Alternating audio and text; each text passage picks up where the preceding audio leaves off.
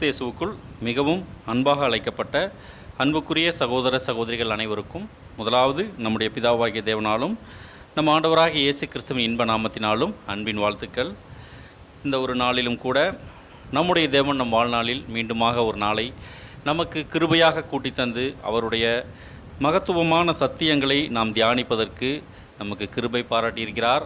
முதலாவது நம்முடைய தேவனுக்கு நம் இரட்சகர் மூலம் துதிகளையும் ஸ்தோத்திரங்களையும் ஏறெடுத்துக் கொள்வோம். அன்புக்குரிய சகோதர சகோதரிகளே, இந்த ஒரு ஆராதனையிலும் கூட நம்முடைய ஆத்ம ஜீவியத்திற்கு பிரயோஜனமாக நாம் பார்க்க இருக்கிற பாடத்தின் தலைப்பு எசேக்கியேலின் மௌனம் என்கிற தலைப்பிலே தேவனுடைய சத்தியங்களை சற்று நேரம் தியானிக்கலாம். எசேக்கியேலின் மௌனம் பாடத்துக்கு ஆதாரமாக வாசிக்கலாம். 88ஆம் சங்கீதம் 9ஆம் வசனம்.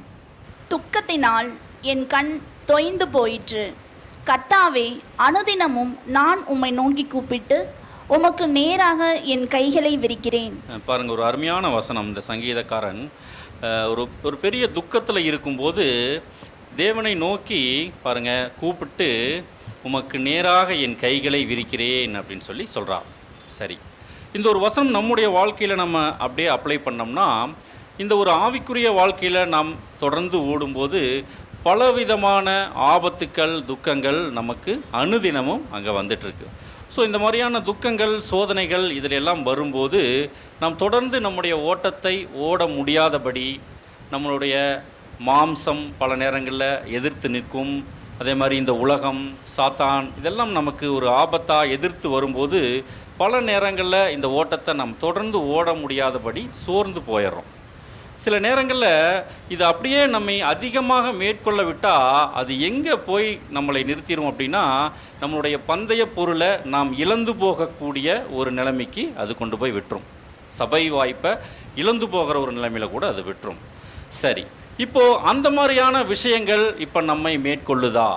நாம் இப்போ எந்த நிலைமையில் இருக்கோம் என்பதை குறித்து தெரிந்து கொள்வதற்காக இன்றைக்கு நாம் இந்த ஒரு பாடத்தை நாம் தியானிக்க போகிறோம். இந்த ஒரு பாடத்தை குறித்து பார்த்தோம்னா, இது ஒரு நிழல், பழைய ஏற்பாட்டில் பதிவு பண்ணப்பட்டிருக்கிற ஒரு சம்பவம். அதில் தேவன் நமக்கு என்ன பாடத்தை வச்சிருக்கார் அப்படிங்கிறத நாம் சற்று நேரம் தியானிக்கலாம். அப்படியே பாடத்துக்குள்ளே போயிடலாம். எசேக்கியேல் 24ஆம் அதிகாரம் 15ஆம் வசனம். பின்னும் கர்த்தருடைய வார்த்தை எனக்கு உண்டாகி அவர் பாருங்க, இப்போது இந்த ஒரு நிழல் குறித்து பார்த்தோம்னா, எசேக்கியேல் தீர்க்கதரிசி அங்கே எங்கே இருக்கார் அப்படின்னா, இப்போது பாபிலோனில் சிறையிருப்பில் இருக்கார். சிறையிருப்பில் எசேக்கியேல் தீர்க்கதரிசி இருக்கார். இப்போது கொஞ்சம் கவனிச்சோம்னா, இஸ்ரேலில் அங்கே ஆபத்துக்கள் அங்கே வந்துட்டுருக்கு. முதல் முறை அவர் முற்றுகை போட்டு படையெடுக்கும் போது தானியேல் அவருடைய ஃப்ரெண்ட்ஸை சிறை பிடிச்சிட்டு வந்துடுறாங்க. 2வது முறை எசேக்கியேல் தீர்க்கதரிசி இங்கே இருக்கார். அடுத்தது ஃபைனல் டிஸ்ட்ரக்ஷன் நமக்கு தெரியும். 3வது முறை தான் கம்ப்ளீட்டாக அங்கே எருசலேமை அழிக்கிறாங்க. இப்போ இந்த ஃபைனல் டிஸ்ட்ரக்ஷன் டைமில் எக்ஸாக்டாக அந்த ஒரு காலப்பகுதியில் பாபிலோனில் இருக்கிற எசேக்கியேல் தீர்க்கதரிசிக்கு தேவனுடைய வார்த்தை அங்கே உண்டாகுது. இப்போ உண்டாகி என்ன சொல்கிறார் அப்படின்னா, கொஞ்சம் கூர்ந்து கவனிக்கலாம். இந்த நிழலில் நம்ம கொஞ்சம் கவனித்தோம்னா ரொம்ப ஒரு காம்ப்ளிகேட்டான ஒரு நிழலாக இருக்குது. மூத்த சகோதரர்கள் அநேகர் கமெண்ட்ரி கொடுத்துருக்காங்க. என்ன அப்படின்னா, இதில் மாம்சீக இஸ்ரேலுக்குரிய விஷயங்கள் அங்கே பதிவு பண்ணப்பட்டிருக்கு, அப்போதைய சம்பவத்தில் நடந்த விஷயங்கள். அதே மாதிரி லேட்டர் ஃபுல்ஃபில்மெண்ட், பின்னாடி நிறைவேறக்கூடிய தீர்க்க தரிசனங்களும் இந்த ஒரு நிழலில் பதிவு பண்ணப்பட்டிருக்கு. அதே மாதிரி ஆவிக்குரிய இஸ்ரேலாகிய நமக்கும் இதில் சில பாடங்கள் அங்கே படிப்பினைகள் அங்கே நிழலாக அங்கே சொல்லப்பட்டிருக்கு. சரி, இப்போ இந்த அடிப்படையில் பாருங்கள், இப்போ எசேக்கியேல் பாபிலோனில் இருக்கார். இப்போ தேவனுடைய வார்த்தை எசேக்கியேல் தீர்க்கதரிசிக்கு உண்டாகுது. என்ன சொல்கிறார் பாருங்கள், வசனம் வாசிக்கலாம். எசேக்கியேல் 24ஆம் அதிகாரம் 16ஆம் வசனம். மனுபுத்திரனே, இதோ நான் உன் கண்களுக்கு விருப்பமானவைகளை ஒரே அடியினாலே உன்னை விட்டு எடுத்துக்கொள்வேன்.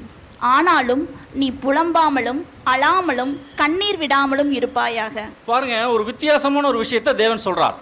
என்ன சொல்றார் அப்படின்னா, இப்போ எசேக்கியேலை பார்த்து, மனுபுத்திரனே, உன் கண்களுக்கு விருப்பமானவளை ஒரே அடியில் எடுத்துருவாங்கிறார். அப்படின்னா இது திருவிவிலியத்தில் படிச்சிங்கன்னா கண்களுக்கு விருப்பமானதுன்னு இருக்கும்.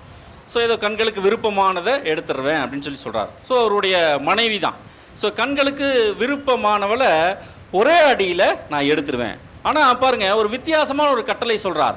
நீ என்ன பண்ணணுமா, நீ அழக்கூடாது, புலம்பக்கூடாது. பாருங்கள், ஒரு வித்தியாசமான ஒரு விஷயத்தை தீர்க்கதரிசிக்கு சொல்கிறார். பாருங்க வாசிக்கலாம். எசேக்கியேல் 24:17. அலறாமல் பெருமூச்சு விடு, இலவு கொண்டாட வேண்டாம்.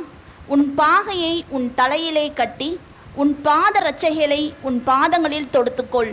உன் தாடியை மூடாமலும் துக்கம் கொண்டாடுகிறவர்களின் அப்பத்தை புசியாமலும் இருக்க கடவாய் என்றார். பாருங்க, உன் மனைவியை நான் எடுத்துருவேன் ஒரே அடியில.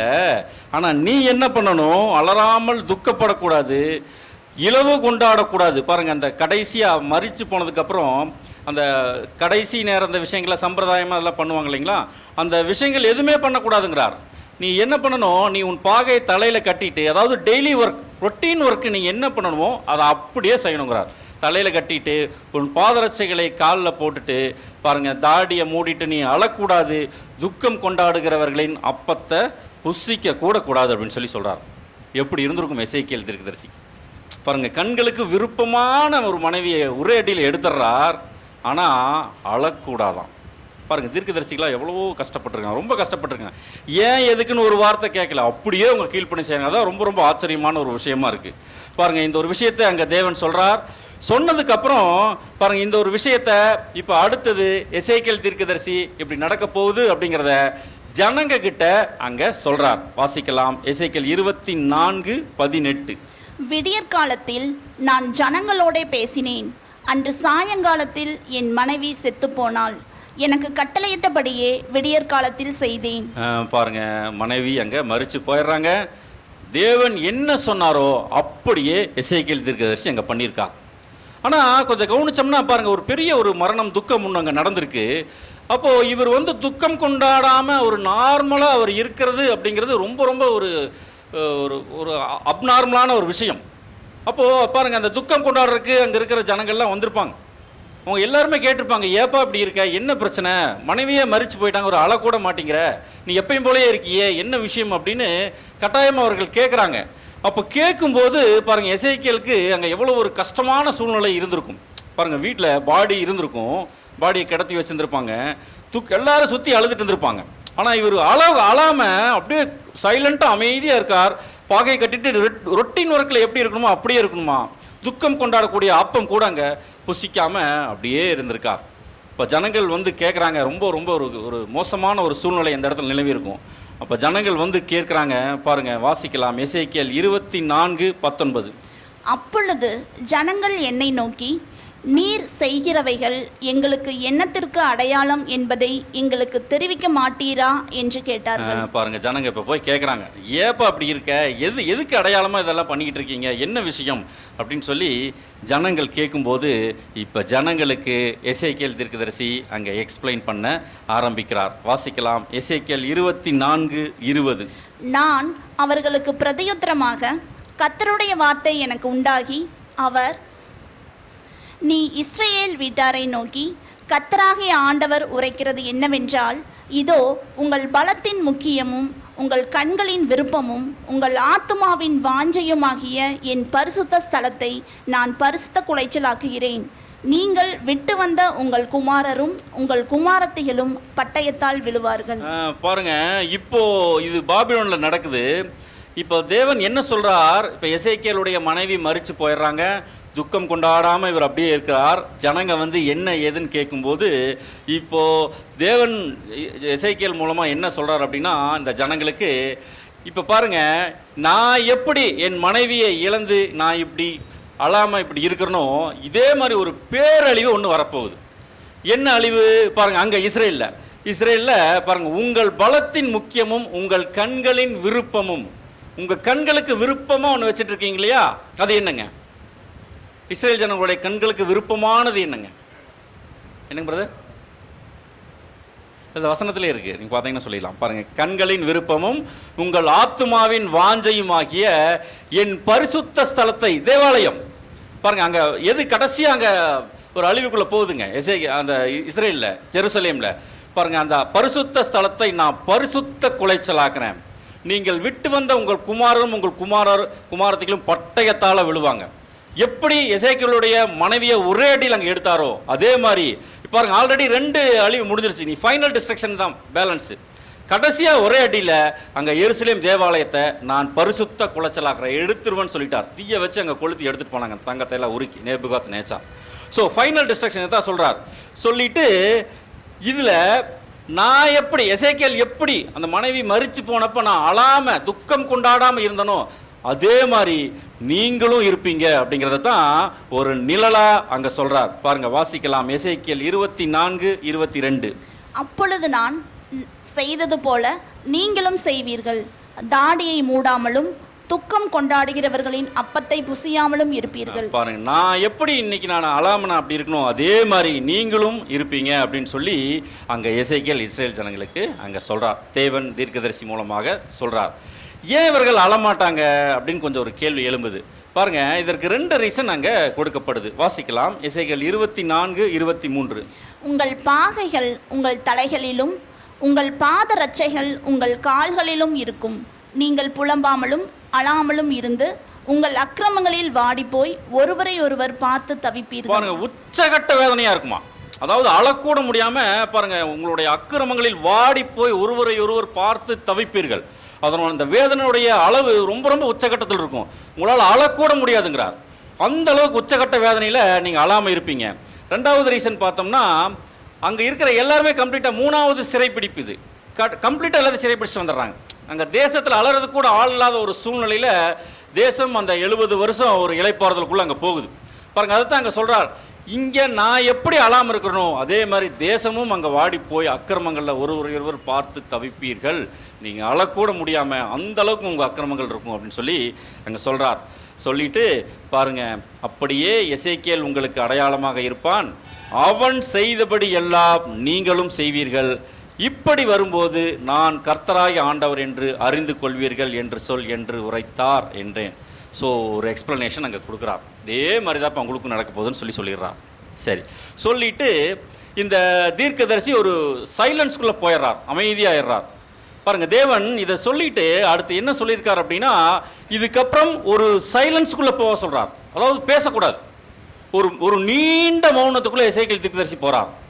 எவ்வளவு நாள் தெரியல. ஆனால் பாருங்க, இதை குறித்து நம்ம கவனிக்க வேண்டிய ஒரு முக்கியமான விஷயம் என்ன அப்படின்னா, இந்த வார்த்தை எப்போ எசேக்கியேலுக்கு அங்கே சொல்லப்படுது அப்படின்னா, வாசிக்கலாம். இந்த அதிகாரத்தினுடைய ஆரம்பத்தில் முதல் வசனத்தில் பாருங்க, எசேக்கியேல் 24:1.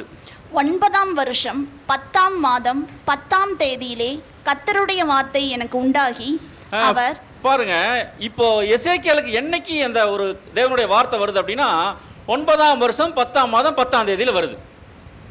இதே நாள் தேவனுடைய வார்த்தை இங்கே எசேக்கியேலுக்கு இங்கே பாபிலோனில் வருது. இதே டைமில் இங்கே நேபுகாத் நேச்சாருடைய படைகள் அங்கே முற்றுகை ஆரம்பிக்கிறாங்க. இங்கே எருசலேமில் சுற்றி அங்கே முற்றுகை போடுறாங்க. பாருங்கள், இதை குறித்து நம்ம ரெஃபரன்ஸ் பார்க்கலாம். 2 ராஜாக்கள் 25:1. அவன் ராஜ்யபாரம் பண்ணும் 9ஆம் வருஷம் 10ஆம் மாதம் 10ஆம் தேதியிலே பாபிலோன் ராஜாவாகிய நேபுகாத் நேச்சாரும் அவனுடைய எல்லா இராணுவமும் எருசலேமுக்கு விரோதமாய் வந்து அதற்கு எதிரே பாளையம் இறங்கி சுற்றிலும் அதற்கு எதிராக கொத்தளங்களை கட்டினார்கள். அதே வருஷம் 9ஆம் வருஷம் 10ஆம் மாதம் 10ஆம் தேதியில அங்க பெரிய முற்றுகை அங்க ஸ்டார்ட் பண்றார். எருசலேம் பட்டணம் அங்க சுற்றி வளைக்கப்படுது. பெரிய முற்றுகை. பாருங்க, இன்னும் நிறைய ரெஃபரன்ஸ் இருக்கு. எரேமியா 39:1, அதே மாதிரி எரேமியா 52:4. இந்த வசனங்கள் எல்லாம் நம்ம வாசிச்சோம்னா எக்ஸாக்டா 9ஆம் வருஷம் 10ஆம் மாதம் 10ஆம் தேதியில என்னைக்கு எசேக்கியேல் தீர்க்கதரிசிக்கு அந்த வார்த்தை வருதோ, மனைவி மரிச்சு போயிடுவாங்கன்னு சொல்கிறாரோ, அதே நாளில் இங்கே முற்றுகை ஸ்டார்ட் ஆகுது. 2 ஒரே நாளில் இங்கே ஸ்டார்ட் ஆகுது. அப்போது பாருங்கள், இப்போ தேவனுடைய வார்த்தை வருது இங்கே எசேக்கியேலுக்கு. மனைவி மரிச்சு போகிறாங்க. அந்த விஷயங்களை சொல்லிவிட்டு எசேக்கியேல் ஒரு லாங் சைலன்ஸ்குள்ளே போகிறார். ஒரு நீண்ட மௌனத்துக்குள்ளே போகிறார். பேசலை. ஒரு ஊமையாக்கப்பட்ட ஒரு நிலைமை. எவ்வளோ நாள் எப்போ பேசினார் அப்படிங்கிறத நம்ம பின்னாடி பார்க்க போகிறோம். பாருங்க, இப்போ இந்த ஒரு மௌனத்துக்குள்ளே போகும்போது இவர் பேசணும்னா அங்கே என்ன நடக்கணுமா, ஒரு மிக முக்கியமான ஒரு சம்பவம் நடக்கணும். அது வரைக்கும் அவர் பேசக்கூடாது. அப்புறம் ரொம்ப ரொம்ப ஒரு வித்தியாசமான விஷயங்களை தேவன் அங்கே எசேக்கியேலுக்கு அங்கே பண்ணியிருக்கார். மனைவி மரிச்சு போயிடணும், பேசக்கூடாது. அடுத்தது இந்த விஷயத்தை சொல்லிட்டு கம்ப்ளீட் சைலண்ட் ஆயிடணும், மௌனமாயிடணும், பேசவே கூடாது. எவ்வளவு நாட்கள் எவ்வளவு மாதங்கள் நமக்கு தெரியல. இப்போ பின்னாடி பார்க்க போகிறோம். எக்ஸாக்டாக பார்த்தோம்னா அவருக்கு சொன்ன இடத்துல இங்கே முற்றுகை ஸ்டார்ட் ஆகுது. இப்போ எப்போ பேசணும் அப்படின்னா பாருங்க, இப்போது ரெஃபரன்ஸ் அங்கே கொடுக்குறா பாருங்க. இப்போ எப்போ பேசணுமா, இங்கே முற்றுகை ஸ்டார்ட் ஆகி இந்த போர் அங்கே நடக்குது இல்லைங்களா, முற்றுகை முடிஞ்சு போர் நடந்து அந்த போரில் எருசலேமை கைப்பற்றி அந்த கடைசி யுத்தத்தில் கைப்பற்றாங்க. கைப்பற்றி முடித்த உடனே அந்த யுத்தத்திலேருந்து ஒருத்தர் தப்பிச்சு வரார். நல்லா புரிஞ்சுக்கலாம், பின்னாடி வசனங்களை பார்க்குறோம். அந்த யுத்தத்திலேருந்து ஒருத்தர் தப்பிச்சு வந்து பாபிலோனுக்கு வந்து எசேக்கியேலுக்கு அந்த நியூஸை சொல்லணும். சொல்லும்போது தான் பேசணும். அது வரைக்கும் கம்ப்ளீட் சைலன்ஸ் இருக்கணும். ஒரு ஊமையாக்கப்பட்ட நிலைமையில இருக்கணும் எசேக்கியேல் தீர்க்கதரிசி. பாருங்க, இது எப்போ நடக்குதான் வாசிக்கலாம். எசேக்கியேல் 24:25.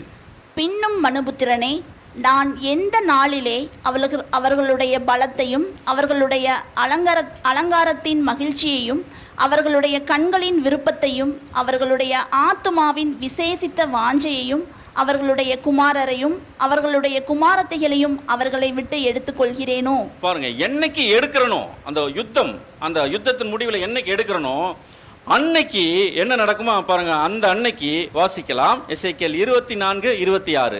அந்த நாளிலே தானே தப்பி வந்த ஒருவன் உன்னிடத்தில் வந்து உன் காதுகள் கேட்க சொல்லுவான் அல்லவோ. கவனிங்க, அன்னைக்கு ஒருத்தன் தப்பிப்பான், தப்பிச்சு இப்ப பாபிலோனுக்கு வருவான்.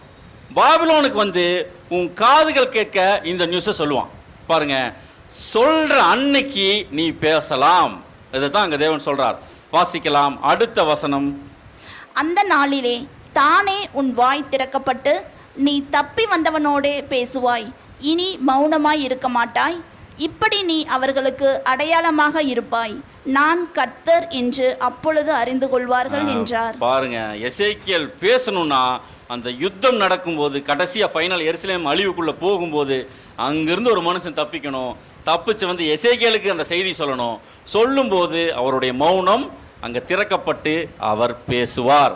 இங்கிலீஷில் பார்த்தோம்னா பாருங்க, ரொம்ப அழகாக இருக்கும். டம்னஸ் அப்படின்ட்டு இருக்கும். பி நோ மோர் டம்ப் அப்படின்ட்டு இருக்கும். ஸோ அவர் ஒரு டெம்பரவரியாக ஊமையாக்கப்பட்ட ஒரு நிலைமைக்குள்ளே அவர் அங்கே போயிடுறார். இப்போ எசேக்கியேலுக்கு எப்படி இருந்திருக்குங்க, கொஞ்சம் யோசனை பண்ணி பாருங்கள். மனைவி மரிச்சாச்சு, இப்போ பேசக்கூடாதுன்ட்டார். எவ்வளோ நாள்னு தெரியல.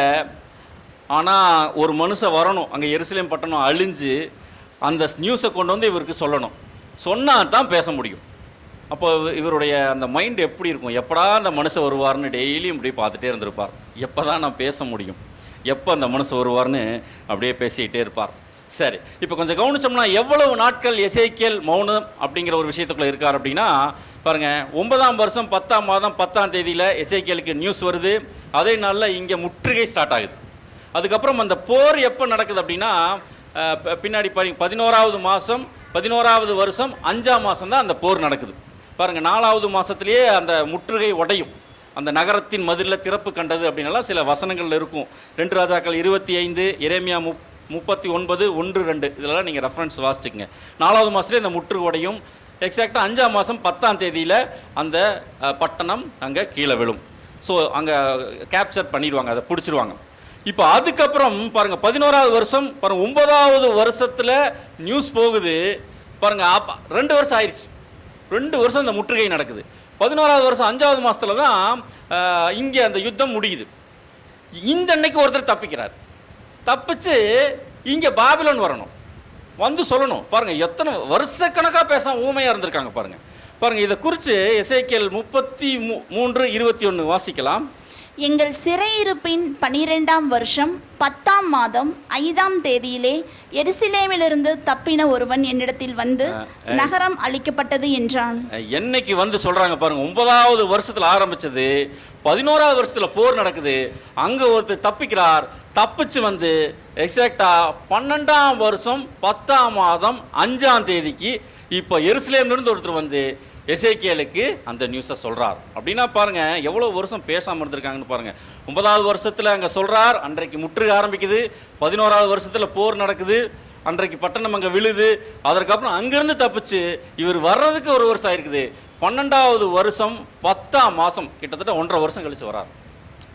பாருங்கள், இது எவ்வளோ ஒரு முக்கியமான ஒரு விஷயமா இருக்குது. ஒரு 3 வருஷம், ஒரு 5 நாட்கள் கம்மி ஆராய்ச்சியாளர்கள் அங்கே சொல்கிறாங்க.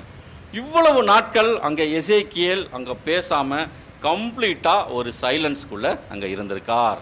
அப்படின்னா பாருங்கள், இன்றைக்கி நம்மளாலலாம் ஒரு நாள் பேசாமல் இருக்க முடியுங்களா? ரொம்ப கஷ்டம்.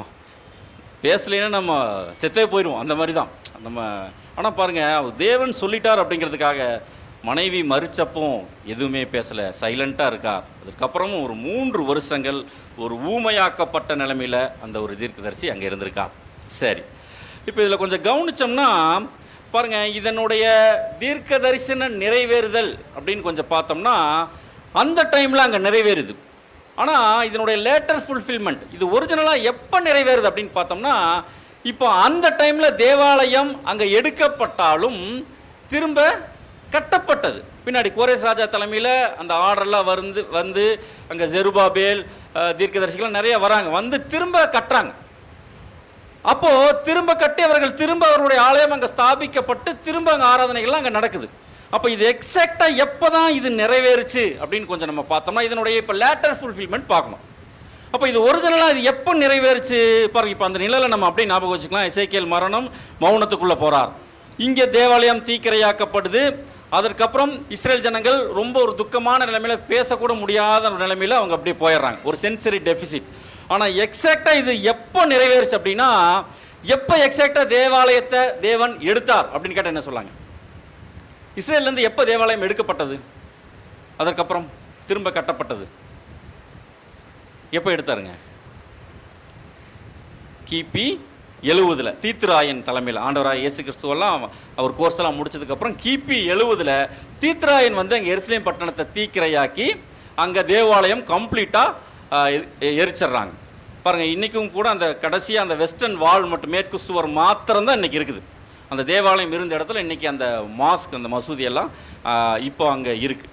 ஆனால் அந்த ஒரு செவுறு மாத்திரம் தான் இருக்குது. ஸோ கம்ப்ளீட்டாக இது எப்போ தான் தேவாலயம் அந்த கண்களுக்கு விருப்பமான இவர்களுடைய அந்த பரிசுத்த ஸ்தலம் எக்ஸாக்டாக கம்ப்ளீட்டாக பரிசுத்த குலைச்சலாக்கப்பட்டது கிபி 70 தான் இது நிறைவேறியிருக்கு. அப்படின்னா இதை நம்ம அப்படியே நம்ம இந்த லேட்டர் ஃபுல்ஃபில்மெண்ட்டுக்கு நம்ம அப்ளை பண்ணலாம். பாருங்கள், அங்கே பரிசுத்த ஸ்தலம் எடுக்கப்பட்டுச்சு. எசேக்கியேலுடைய மனைவி மரணத்துக்குள்ளே போனதுக்கப்புறம் எசேக்கியேல் ஒரு லாங் சைலன்ஸ்குள்ளே போனார்.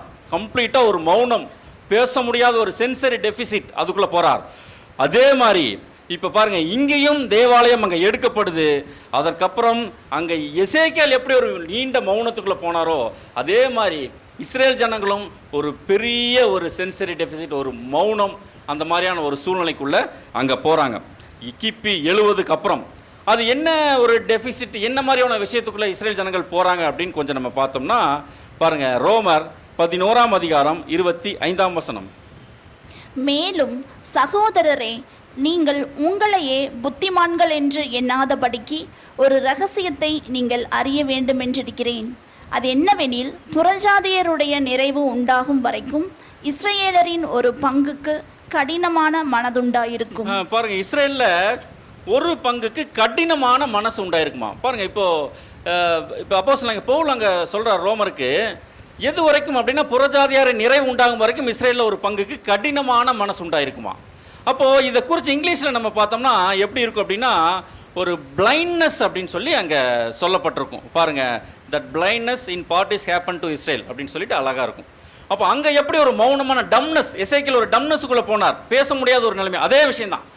இப்போது இங்கே அதனுடைய ஃபுல்ஃபில்மெண்ட் எப்படி இருக்கா, இப்போ எது வரைக்கும்னா பாருங்கள், புறஜாதியாரில் நிறைவு உண்டாகும் வரைக்கும் இங்கே இஸ்ரேல் தேசம் ஒரு பிளைண்ட்னஸுக்குள்ளே போயிடுவாங்களாம்.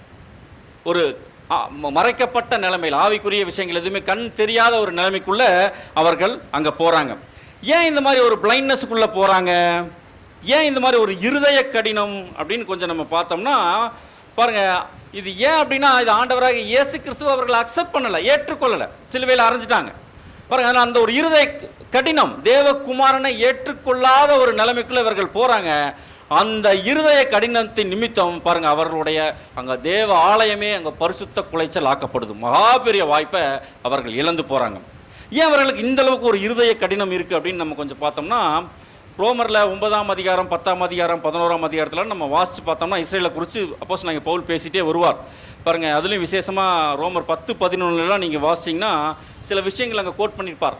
இவர்களுடைய தவறான வைராக்கியம், தேவனுக்கு கீழ்ப்படியாத ஒரு தன்மை, அதே மாதிரி இவர்களுக்குன்னு சில பந்தி எல்லாம் தேவன் கொடுத்துருந்தாராம். ஸோ இந்த பந்தியே இவர்களுக்கு பெரிய கண்ணி ஆயிடுச்சான். இதில் தான் அவர்கள் விழுந்திருக்காங்க. பாருங்கள், இப்போ இஸ்ரேல் ஜனங்கள் இதனால தான் அவர்கள் ஆண்டவராக இயேசு கிறிஸ்துவை அங்கே ஏற்றுக்கொள்ளலை. இப்போ ஒரு பிளைண்ட்னஸ்குள்ள போறாங்க. அந்த கிபி 70ல தேவாலயம் பரிசுத்த குலைச்சல் ஆக்கப்பட்டதுக்கு அப்புறம் அவர்களும் ஒரு பிளைண்ட்னஸ், குருடாக்கப்பட்ட நிலைமைக்குள்ள போறாங்க. லாங் சைலன்ஸ் அங்க. அதே மாதிரி இங்க லாங் பிளைண்ட்னஸ்குள்ள போறாங்க. அப்ப இது எது வரைக்கும் இந்த ஒரு பிளைண்ட்னஸ்குள்ள இருப்பாங்க அப்படின்னு கேட்டா என்ன சொல்லாங்க? இப்போ அவர்களுடைய கண்கள் திறக்கப்பட்டுருச்சா? இயேசு கிறிஸ்துவை ஏற்றுக்கொண்டுட்டாங்களா? இன்னைக்கு வரைக்கும் அந்த ஒரு பிளைண்ட்னஸ்குள்ளேயே தான் இருக்காங்க. பாருங்க, சில விஷயங்கள் எல்லாம் இப்போ நம்ம யூடியூப்ல பார்த்தோம்னா, ஹூ இஸ் ஜீசஸ் அப்படிங்கிற கேள்விக்கு அங்கே யூதர்கள் சொன்ன பதில், Jesus is the founder of the Christian religion சொல்கிறாங்க. அதே மாதிரி பாருங்க, இந்த அம்மா சொல்கிறாங்க பாருங்க, I guess for me he is nothing அப்படிங்கிறாங்க. எங்களுக்கு அவரெல்லாம் ஒன்றுமே இல்லை அப்படிங்கிற மாதிரி சொல்கிறாங்க. பாருங்க, இயேசு கிறிஸ்துவ யாருன்னு கேட்கும்போது. அதே மாதிரி இன்னொருத்தர் பாருங்க, அவர் ஒரு கிறிஸ்தவ ப்ராஃபட் அப்படின்னு சொல்லி சொல்கிறாங்க. இந்த மாதிரி ஒவ்வொருத்தரும் ஒவ்வொரு கருத்துக்கள், is a part of Christianity, is not connected to us at all அப்படின்னு எல்லாம் சொல்கிறாங்க. இப்போ கவனிச்சோம்னா இன்றைக்கு வரைக்கும், அன்ற கிபி 70ல் பாருங்க, ஆண்டவராக இயேசு கிறிஸ்துவர்கள் ஏற்றுக்கொள்ளலை, இருதய கடினம். 70ல் தேவாலயம் அங்கே போகுது.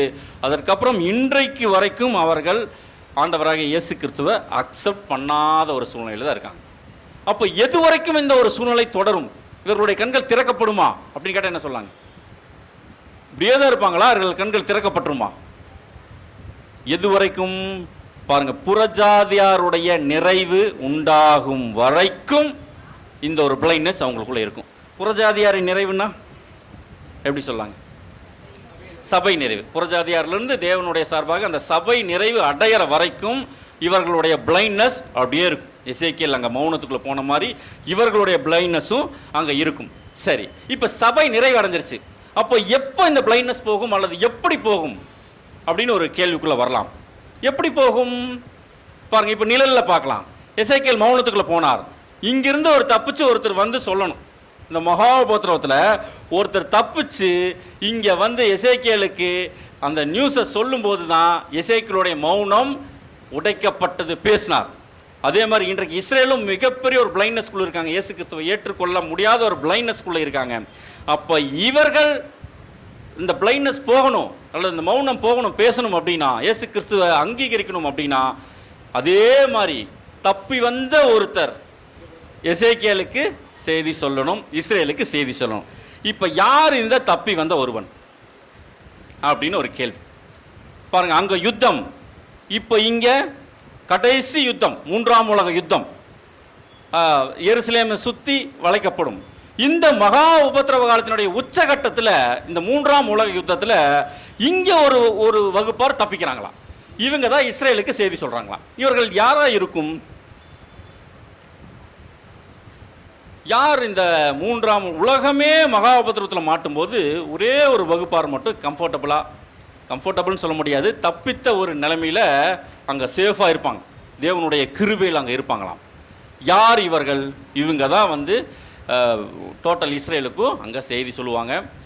அதற்கப்புறம் இவர்களுடைய கண்கள் அங்கே திறக்கப்படும். பாருங்கள், இவர்களை குறித்து வாசிக்கலாம். சகரியா 14ஆம் அதிகாரம் 2ஆம் வசனம். எருசலேமுக்கு விரோதமாக யுத்தம் பண்ண சகல ஜாதிகளையும் கூட்டுவேன். நகரம் பிடிக்கப்படும், வீடுகள் கொள்ளையாகும், ஸ்திரீகள் அவமானப்படுவார்கள், நகரத்தாரில் பாதி மனுஷர் சிறைப்பட்டு போவார்கள், மீதியான ஜனமோ நகரத்தை விட்டு அறுப்புண்டு போவதில்லை. பாருங்க, இந்த யுத்தம் ரொம்ப உச்சகட்டத்தில் இருக்கும்போது எல்லாமே அங்கே பிடிக்கப்பட்டுரும். ஆனால் பாருங்க, நகரம் பிடிக்கப்பட்டும், நகரத்தில் பாதி மனுஷர் சிறைப்பட்டு போயிடுவாங்க. அந்த எருசலேம் பட்டணத்துக்குள்ள ஒரு மீதியான ஒரு ஜனம், பாருங்க, அங்கே தப்பி வந்த ஒருத்தர் இருந்தார் இல்லைங்களா? பாருங்க, அவர் யார் அப்படின்னா, இங்கே ஒரு மீதியான ஒரு வகுப்பார் அங்கே இருப்பாங்களாம். எருசலேம் பட்டணத்துக்குள்ள கொஞ்சம் ஜனங்கள் அங்கே இருப்பாங்க. இந்த ஜனங்களை டோட்டல் உலகமே சேர்ந்து அந்த யுத்தத்தை நடத்தினாலும் இவர்களை ஒன்றுமே பண்ண முடியாதான். பாருங்க, இவர்களை குறித்து பார்த்தோம்னா இவர்கள் ஹோலி ரெம்னன்ட் வகுப்பார் அப்படின்னு சொல்லி சொல்கிறாங்க. ஹோலி ரெம்னன்ட். ஸோ கடைசியாக தப்பிக்கிற ஒரு வகுப்பார். ஸோ எல்லாமே ஒரு பேரழிவுக்குள்ளே போகும்.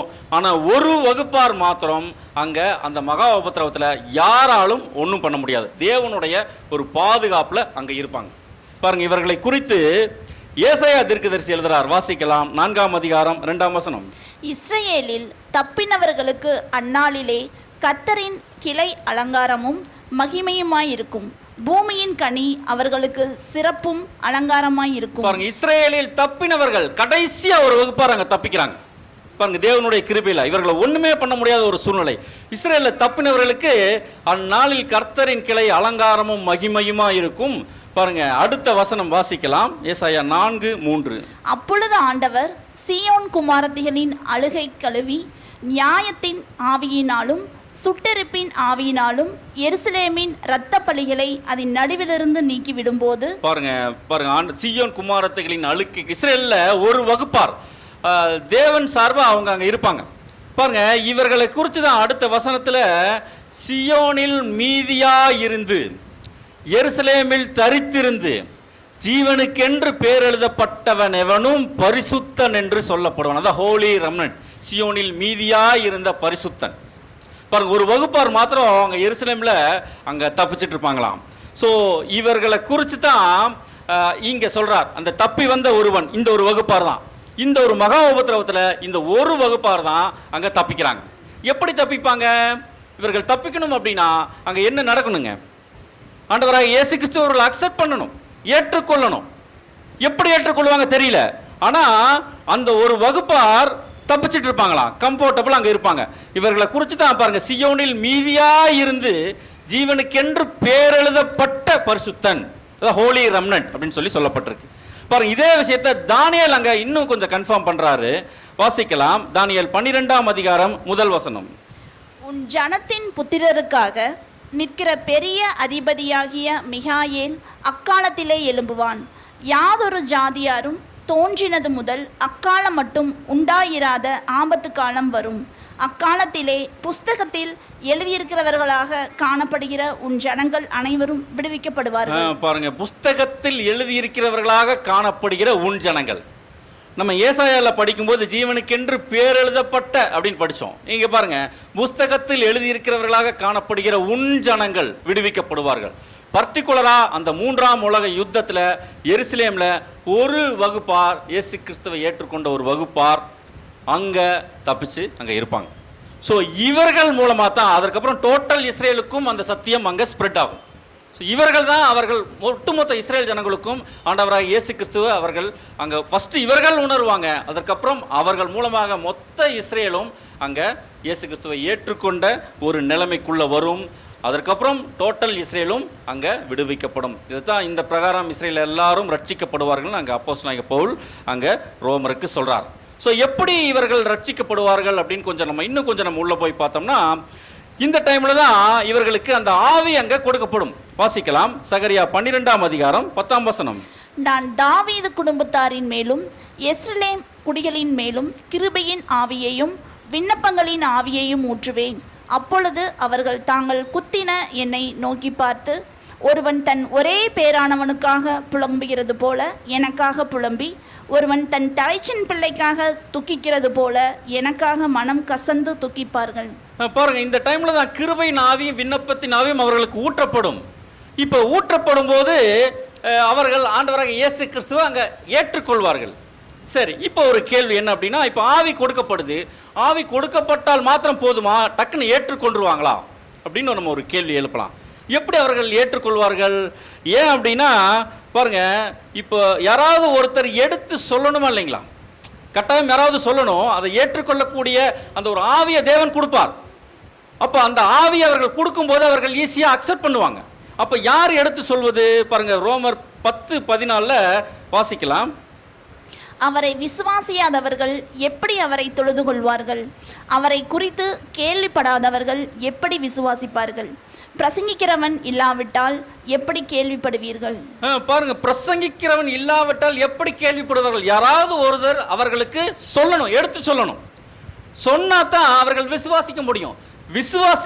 விசுவாசிச்சா தான் அவர்களுக்கு மீட்பே. ஆவி கொடுக்கப்படும், ஆனால் யாராவது ஒருத்தர் சொல்லணும். அப்ப யார் இவர்களுக்கு சொல்றது? யார் இவங்களுக்கு சொல்லுவாங்க? ஒரு வகுப்பார் அங்க எருசலேம்ல மீதி இருப்பாங்க, தப்பிச்சு இருப்பாங்க. இவர்களுக்கு யார் இயேசு கிறிஸ்துவை குறித்து எடுத்து சொல்லுவாங்க அப்படின்னு கேட்டால் என்ன சொல்லாங்க? இப்போ இதனுடைய டைம்லைன் எல்லாம் நம்ம பார்த்தோம்னா, சபை நிறைவு முடிஞ்சிருச்சு. இன்னும் முற்பிதாக்கள் உயிர்த்தெழுதல் இன்னும் ஸ்டார்ட் ஆகலை. இந்த கேப்ல தான் இந்த ஒரு விஷயம் நடக்குது. சபை நிறைவு அடைஞ்சிருச்சு. இப்போ எருசலேமுக்கு எடுத்து சொல்றது யார் அப்படின்னு பார்த்தோம்னா, இப்போ நம்மளுடைய மூத்த சகோதரர் ரசல் பிரதர் காலத்துலேருந்தே அங்கே சில சத்தியங்களெல்லாம் அங்கே இஸ்ரேல் ஜனங்களுக்கு அங்கே போயிட்டுருக்கு. போய் அங்கே அந்த ஹிப்போட்ராம் இதில் எல்லாம் அவர் மூத்த சகோதரெல்லாம் பேசினதெல்லாம் நமக்கு தெரியும். ஆனால் பர்டிகுலராக இந்த ஒரு டைமில் பாருங்கள், சபையெல்லாம் நிறைவடைந்ததுக்கப்புறம் இவர்களுக்கு யார் தான் சொல்லக்கூடும் அப்படின்னு ஒரு கேள்விக்குள்ளே போனோம்னா பாருங்கள், இதை கண்டுபிடிக்கிறதுக்கு இதே நிலையில் இருக்கிற ஆவிக்குரிய அப்ளிகேஷனை நம்ம கொஞ்சம் பார்க்கலாம். பாருங்கள், இதே நிலையில் இப்போ ஸ்பிரிச்சுவல் அப்ளிகேஷன் இதில் என்ன நம்ம கவனிக்கலாம் அப்படின்னா பாருங்கள், வாசிக்கலாம். எசேக்கியேல் 24:16. மனுபுத்திரனே, இதோ நான் உன் கண்களுக்கு விருப்பமானவளை ஒரே அடியினாலே உன்னை விட்டு எடுத்துக்கொள்வேன். ஆனாலும் நீ புலம்பாமலும் அழாமலும் கண்ணீர் விடாமலும் இருப்பாயாக. பாருங்க, இப்போ இது ஆவிக்குரிய சபையை நமக்கு இப்போ அப்ளை பண்ணுறோம். எப்படி அப்படின்னா, மனுபுத்திரனே, உன் கண்ணுக்கு விருப்பமானால ஒரே அடியில் நான் எடுத்துக்குவேன், நீ புலம்பாமல் இருக்கணும் இப்படின்னு இப்போ சபையை பார்த்து சொல்கிறார். இப்போ சபைக்கு கண்களுக்கு விருப்பமானது அப்படின்னா எது? நம்ம கண்களுக்கு விருப்பமானது எதுங்க? நிறையா பார்க்குறாங்க பிரதர், பிடிச்சதெல்லாம் இருக்குது உலகத்தில் நிறையா இருக்குது. அப்படியா? சபைக்கு கண்ணுக்கு எது விருப்பமாக இருக்கும்? அப்படியே நிழலில் நம்ம பார்த்தோம்னா அங்கே என்ன கண்களுக்கு விருப்பமாக இருந்துச்சுங்க? இஸ்ரேல் தேசத்துக்கு பரிசுத்த ஸ்தலம், தேவ ஆலயம். இஸ்ரேல் ஜனங்களுக்கு அந்த பரிசுத்த ஸ்தலம் தான் கண்களுக்கு விருப்பமானதாக இருந்துச்சு. இப்போ நமக்கு அதே தான் ஆலயம் அப்படின்னா நம்ம எப்படி புரிஞ்சுக்கலாம்? நம்ம கண்ணுக்கு எது விருப்பம், எதை நோக்கி ஓடிட்டு இருக்கோம்? ஆலயமாகக்கூடிய அந்த விஷயத்தை நோக்கி போயிட்டு இருக்கோம். அப்போ அந்த அழைப்பு தான் தேவனுடைய ஆலயமாகக்கூடிய ஒரு அழைப்பு. இதுதான் நம்ம கண்ணுக்கு முன்னாடி நம்ம வச்சு அந்த விருப்பத்தை நோக்கி நம்ம ஓடிட்டு இருக்கோம். இப்போ சபையை பார்த்து சொல்றார், உன் கண்ணுக்கு விருப்பமானவளை ஒரே அடியில் எடுத்துருவேன் அப்படின்னா என்ன நம்ம புரிஞ்சுக்கலாம்? சபை வாய்ப்பு எடுத்துருவேங்கிறார். ரொம்ப சிம்பிள், ஒரே அடியில் நான் எடுத்துருவேன், அழைப்பு நான் எடுத்துருவேன். ஆனால் என்ன சொல்றார்? நீ புலம்பாமலும் அழாமலும் கண்ணீர் விடாமலும் இருப்பாயாக. இது நடக்கிற விஷயங்களா? அழைப்பு முடிஞ்சிருச்சு பிரதர் சொல்லிட்டாங்கன்னா நமக்கு எப்படி இருக்குங்க? ஹார்ட் அட்டாக்கே வந்துடும் சில பலவீனமான சகோதர சகோதரிகளுக்கெல்லாம். ஏன்னா அவ்வளவு பெரிய விஷயம், நம்ம ஓட்டமே வாழ்க்கையே அதை நோக்கி தான் இருக்குது. ஆனால் இந்த இடத்துல நம்ம என்ன புரிஞ்சுக்கணும் அப்படின்னா பாருங்க, இந்த ஆவிக்குரிய அப்ளிகேஷன் இது எப்படி நம்ம புரிஞ்சுக்கணும் அப்படின்னா, இப்போ சபையை பார்த்து இப்படி ஒரு விஷயத்த சொல்கிறார் அப்படின்னா, இப்போ அழைப்பு முடிஞ்சிருச்சு அப்படின்னா அங்கே பேலன்ஸ் யார் தான் இருப்பாங்க? சபை அழைப்பு முடிஞ்சிருச்சு, அடுத்தது திரள் கூட்டம். கவனிக்கலாம். இப்போ எசேக்கியேல் சபை அடையாளப்படுத்துறார். இப்போ மனுபுத்திரனே, உன் கண்களுக்கு விருப்பமான இந்த ஒரு அழைப்பு நான் எடுத்துருவேன் அப்படின்னா இப்போ சபை அழைப்பு முடிஞ்சிருச்சு. அதற்கப்புறம் எசேக்கியேல் யாரதான் அடையாளப்படுத்துவார்? திரள் கூட்ட வகுப்பார் அடையாளப்படுத்துவார். இப்போ பாருங்க, திரள் கூட்ட வகுப்பார் தான் என்ன சொல்றாங்க அப்படின்னா, நீ அழாமலும் புலம்பாமலும் கண்ணீர் விடாமலும் இருப்பாயாக. அப்படின்னா இந்த அழைப்பு முடிஞ்ச திரள் கூட்டம் அழாம புலம்பாம இருக்குமா? புலம்பி தீத்துருவாங்க. சரி பாருங்க, இதனுடைய அப்ளிகேஷன் பாருங்க எப்படி இருக்கான். சபை அழைப்பு முடிஞ்சோன்னே அங்கே என்ன நடக்குமா? பேலன்ஸ் இருக்கக்கூடிய அந்த ஓட்டத்தில் ஓடின திரள் கூட்ட வகுப்பார் என்ன ஒரு நிலைமைக்குள்ளே போவாங்க அப்படின்னா பாருங்க, இதை குறித்து வெளிப்படுத்தல் விசேஷம் 8ஆம் அதிகாரம் 1 வசனம் வாசிக்கலாம். அவர் 7ஆம் முத்திரையை உடைத்தபோது பரலோகத்தில் ஏறக்குறைய அரை மணி நேரமளவும் அமைதல் உண்டாயிற்று. கவனிக்கலாம். இப்போ சபை அழைப்பு முடிஞ்சோன்னா அங்கே என்ன நடக்குதான்? பரலோகத்திலே ஏறக்குறைய அரை மணி நேரம் அளவும் ஒரு அமைதல் உண்டாகுதான். அப்படின்னா நல்லா புரிஞ்சுக்கலாம். இந்த ஒரு வசனத்தை சில மூத்த சகோதரர்கள் சில காலக்கணக்குகளுக்கெல்லாம் ஒப்பிட்டு சொல்லுவாங்க. அதற்கெல்லாம் எந்த ஒரு வசன ஆதாரங்களும் அங்கே இல்லை. அதாவது அது எங்கே கொண்டு வந்து நிறுத்துவாங்கன்னா 2019 வந்து முடியுது, சில சகோதரர்கள்லாம் அழைப்பே முடியுது அப்படின்லாம் முன்னாடியெல்லாம் சொல்லிட்டு இருந்தாங்க. அப்போ கரெக்டாக அந்த கொரோனா ஆரம்பிக்கும் போது இது நிறைவேறுதல் அப்படின்லாம் சொல்லிட்டு இருந்தாங்க. ஆனால் அழைப்பு இன்ன வரைக்கும் போயிட்டுருக்கு. ஆனால் இது எதை அடையாளப்படுத்துது அப்படின்னா பாருங்கள், பரலோகம் அப்படின்னா பாருங்கள், இங்கிலீஷில் ஹெவன் இருக்கும், வானம் அப்படிங்கிற ஒரு விஷயம்தான்.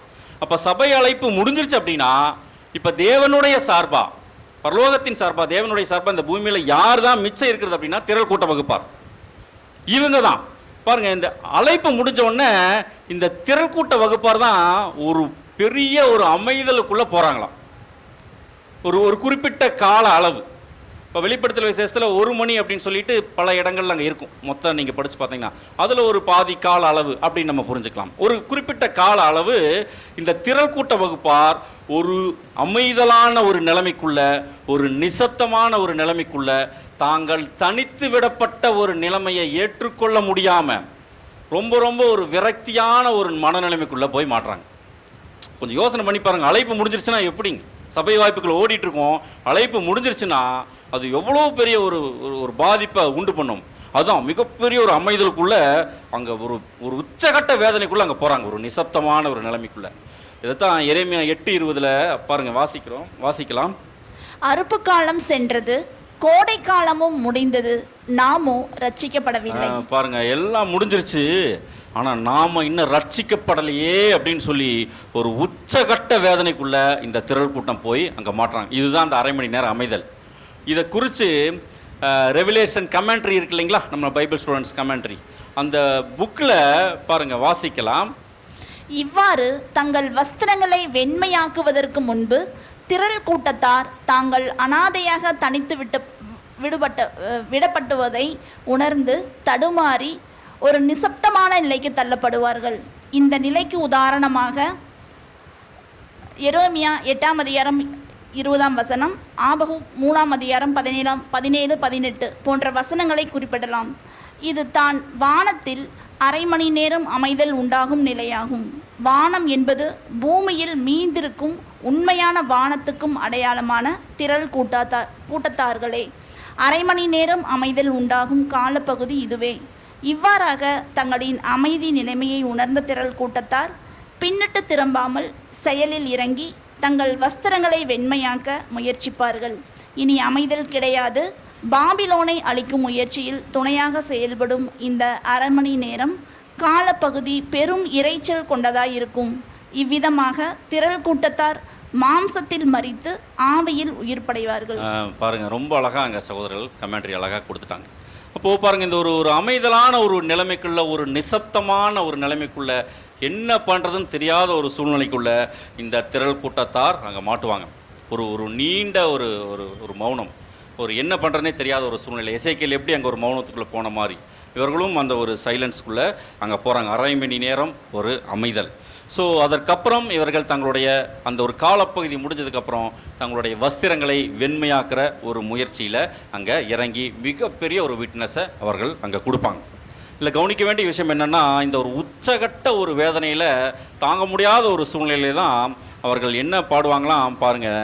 ஆபகுக் 3:17 அத்திமரம் துளிர் விடாமற் போனாலும், திராட்சை செடிகளில் பழம் உண்டாகாமற் போனாலும், ஒலிவ மரத்தின் பலன் அற்று போனாலும், வயல்கள் தானியத்தை விளையாமற் போனாலும், கிடையில் ஆட்டு மந்தைகள் முதலற்று போனாலும், தொழுவத்திலே மாடு இல்லாமற் போனாலும். பாருங்க, திரள் கூட்ட வகுப்பார் பாடக்கூடிய பாட்டு பாருங்க. அழைப்பு முடிஞ்சிருச்சு, ரொம்ப ஒரு மனவேதனைக்குள்ள உச்சகட்ட ஒரு நிசப்தமான ஒரு நிலைமைக்குள்ள போய் மாட்டிடுவாங்க. அப்போதான் அவர்கள் பாடுவாங்களாம் பாருங்க. அத்திமரம் துளிர் விடாமல் போனாலும், இஸ்ரேல் தேசம் ஒரு மிகப்பெரிய ஒரு ஆபத்தில் அங்கே இருக்குது. இன்னும் இஸ்ரேல் தேசம் உருவாயிருந்தாலும் இன்னும் முழுமையாக துளிர் விடலை. எசேக்கியேலில் நம்ம வாசிக்கிறோம் இல்லைங்களா, அந்த உலர்ந்த எலும்புகளில் எலும்பு நரம்பு எல்லாம் அங்கே மாம்சம் எல்லாம் மூடிருச்சு. ஆனால் இன்னும் அவர்களுக்கு ஆவி எங்கே முழுமையாக இன்னும் கொடுக்கப்படலை பாருங்கள். அதை குறித்து தான் பாடுறாங்க. அத்திமரம் துளிர் விடாமல் போனாலும், திராட்சை செடிகளில் பழம் உண்டாகாமல் போனாலும். சபை தான், திராட்சை செடிகளில் பழம் இல்லை, பறிக்கப்பட்டாச்சு. ஸோ அந்த சபை அழைப்பு நிறைவுக்கு வந்துருச்சு, இந்த சூழ்நிலைக்குள்ள வந்துருச்சு. ரொம்ப வேதனையோடு அந்த பாட்டை பாடுவாங்களாம் பாருங்கள். அதே மாதிரி ஒலிவ மரத்தின் பலன் அற்று போனாலும், ஒலிவ மரம் அப்படிங்கிறது இந்த ஆலிவ் பரிசுத்த ஆவியை அடையாளப்படுத்தும். அப்போ ஒலிவ மரத்தின் பலன் அப்படின்னா புதுசாக சத்தியம் சொல்லி ஆவியினால் அந்த ஜனிப்பிக்கப்படக்கூடிய பரிசுத்த ஆவியை கொடுத்து, தேவன் பரிசுத்த ஆவியை கொடுத்து என்னுடைய புத்திரன் அப்படின்னு அந்த புது சிருஷ்டி அப்படிங்கிற விஷயத்தை சிந்தையில் வைப்பார்.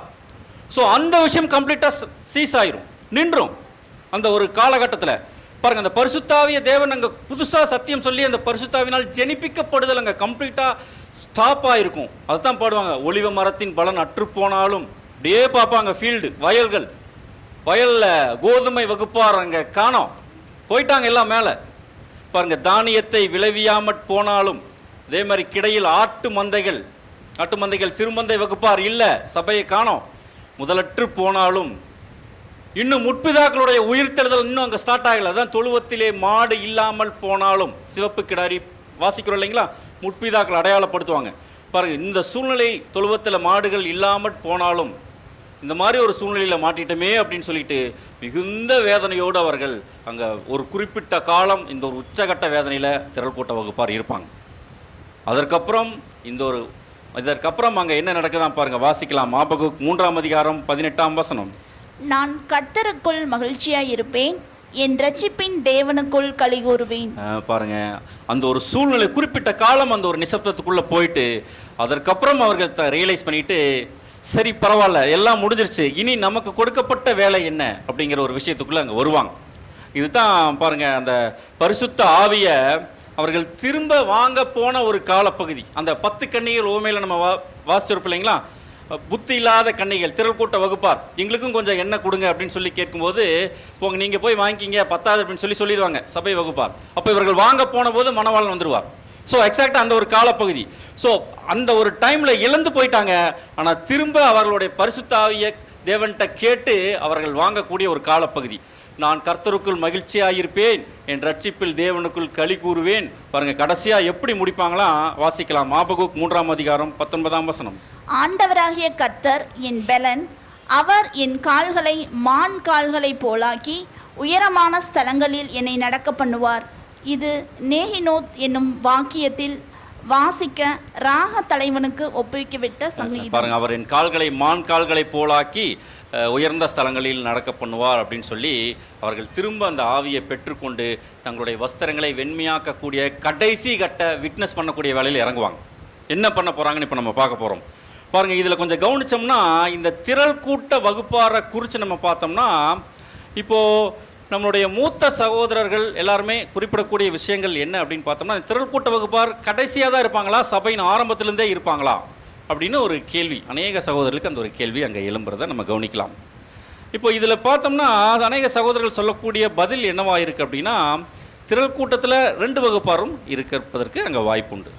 சபை ஆரம்பத்தில் இருந்தே ஒரு வகுப்பார், அதாவது அழைக்கப்பட்டு தெரிந்து கொள்ளப்பட்ட நிலைமையில் தங்களுடைய பந்தய பொருளை உறுதியாக்க தவறின ஒரு வகுப்பாரும் அங்கே இருப்பாங்க. இதற்கு நிழலாக என்ன சொல்கிறாங்கன்னா, எலிசா கடைசி வரைக்கும் எலியா கூடவே இருந்தார். ஸோ சபையும் அந்த ஒரு ஆரம்பத்திலிருந்து கூடவே இருக்காங்க. ஏன் அப்படின்னா, இது ஒரே அழைப்பு, திரள் கூட்டத்துக்குன்னு தனியாக அழைப்பெல்லாம் இல்லை, ஒரே அழைப்பு தான், சபையாகத்தான் அத்தனை பேர் வராங்க. அதில் தான் திருச்சபை திரள் கூட்டம்னு அங்கே பிரிகிறாங்க. இது ஒரு நிழலாக சொல்கிறாங்க. அதே மாதிரி கடைசி கட்டத்தில் திரள் கூட்ட வகுப்பார் அதிகமாக பாபிலோன்லேருந்து வெளியே வருவாங்க அப்படின்னு சொல்லி சில சகோதரர்களும் அங்கே கோட் பண்ணுறாங்க. இதற்கு என்ன நிழலாக அங்கே சொல்கிறாங்க அப்படின்னா, சோதோம் கொமோரா, லோத் அங்கே திரள் கூட்டத்துக்கு அடையாளமாக சொல்லப்பட்டிருக்காரு இல்லைங்களா? அந்த சோதோம் கொமோரா பட்டணம் அழியும் போது ஃபைனல் ஸ்டேஜில் அழியருக்கு ஜஸ்ட் முன்னாடி தேவ தூதன் வந்து கையை பிடிச்சி வெளியே கொண்டு வந்து விடுவார். ஸோ கடைசி கட்டத்தில் பாபிலோன்லேருந்து அநேக சகோதரர்கள் அங்கே வெளியே வர்றதுக்கு அங்கே சில விஷயங்கள்லாம் சொல்லப்பட்டிருக்கு. இன்னொரு விஷயங்கள் கூட நம்ம இந்த யெகூ பாடத்தில் கூட நம்ம பார்த்துருப்போம். யெகூ வருவார், அந்த ஏசபேல் மேலே இருப்பாங்க சிங்காரிச்சிட்டு. அப்போது யெகூ சொல்லுவார் இல்லைங்களா, என் சார்பாக மேலே யார் இருக்காங்க, அப்போ அங்கேயே இருக்கக்கூடிய விஷயங்கள் பாபிலோனில் இருக்கிறவங்க அவங்க தான் தூக்கி கீழே போடுவாங்க. ஸோ கடைசி கட்டத்தில் பாபிலோன்லேருந்து அநேகர் அங்கே திரள் கூட்ட வகுப்பாராக வெளியே வருவதற்கு அதிக வாய்ப்புகள் இருக்குன்னு சொல்லி சகோதரர்கள் இந்த நிழலெல்லாம் அங்கே கோட் பண்ணுறாங்க. ஸோ இதை குறித்து வசனங்களில் பார்த்தோம்னா பாருங்கள், எரேமியா 51 எக்ஸாக்டாக ஃபைனல் டிஸ்ட்ரக்ஷன் டைமில் நடக்கக்கூடிய ஒரு விஷயங்களை தீர்க்க தரிசனமாக அங்கே எரேமியா தீர்க்க தரிசி சொல்கிறார். பாருங்கள், வாசிக்கலாம். எரேமியா 51 6 நீங்கள் பாபிலோனின் அக்கிரமத்தில் சங்காரமாகாதபடிக்கு அதன் நடுவிலிருந்து ஓடி அவரவர் தங்கள் ஆத்துமாவை தப்புவியுங்கள். இது கர்த்தர் அதனிடத்தில் பழி வாங்குகிற காலமாயிருக்கிறது, அவர் அதற்கு பதில் செலுத்துவார். பாருங்க, கடைசியா நீங்க பாபிலோன் முடிய போது அந்த உபத்திரம் மகா உலக உபத்திரவ காலத்தினுடைய உச்சகட்டம், அந்த டைம்ல நீங்க பாபிலோன் அக்கிரமத்தில் சங்காரமாகாம வெளியே வந்துருங்க, இது பழி வாங்கக்கூடிய லாஸ்ட் மினிட்டா இருக்கு அப்படின்னு சொல்லும்போது ஒரு வகுப்பார் அங்கே வெளியே வராங்க. இதில் பார்த்தோம்னா 2 வகுப்பாரை கொஞ்சம் குறித்து பார்த்தோம்னா, சத்தியத்தில் ஆல்ரெடி இருந்து நல்லா வளர்ந்த நிலைமையில் அந்த வாய்ப்பை தவற விட்டவங்களும் அங்கே இருப்பாங்க லாஸ்ட் மினிட்ல. அதே நேரத்தில் கடைசி நேரத்தில் வந்தவர்கள் அந்த அளவுக்கு சத்தியத்தில் பக்குவப்பட்டிருக்க மாட்டாங்க, பாபிலோன்ல இருந்து கடைசி நேரத்தில் வந்திருப்பாங்க. இன்றைக்கும் பார்த்தோம்னா அநேக சகோதரர்கள் சத்தியம் கேட்டுட்டு பாபிலோன்லேயே கூட இருக்காங்க, உள்ளே வந்து உடன்படிக்கைலாம் பண்ணுறதில்ல தேவனோடு, அப்படியே சத்தியம் மட்டும் என்ஜாய் பண்ணிட்டு அப்படியே பாபிலோனுக்கெல்லாம் போகிறாங்க. ஸோ ஒருவேளை இவர்களெல்லாம் கூட அந்த ஃபைனல் மினிட்ல கண்ணு முன்னாடி பார்ப்பாங்க எல்லாம் அழிஞ்சிட்டு இருக்கு அப்படிங்கிறத கேட்ட சத்தியங்களை ரியலைஸ் பண்ணி டக்குன்னு வெளியே வரலாம், பால் குடிக்கிற குழந்தைகள் மாதிரி. ஸோ 2 வகுப்பார் இருப்பதற்கு வாய்ப்புன்னு சொல்லி சில சகோதரர்கள் அங்கே கருதுறாங்க. பாருங்க, இதற்கு உதாரணமாக ஆண்டவர் கூட இந்த லூக்கா 12 சொல்றாரு பாருங்க, வாசிக்கலாம். 12 47 தன் எஜமானுடைய சித்தத்தை அறிந்தும் ஆயத்தமாயிராமலும் அவனுடைய சித்தத்தின்படி செய்யாமலும் இருந்த ஊழியக்காரன் அநேக அடிகள் அடிக்கப்படுவான்.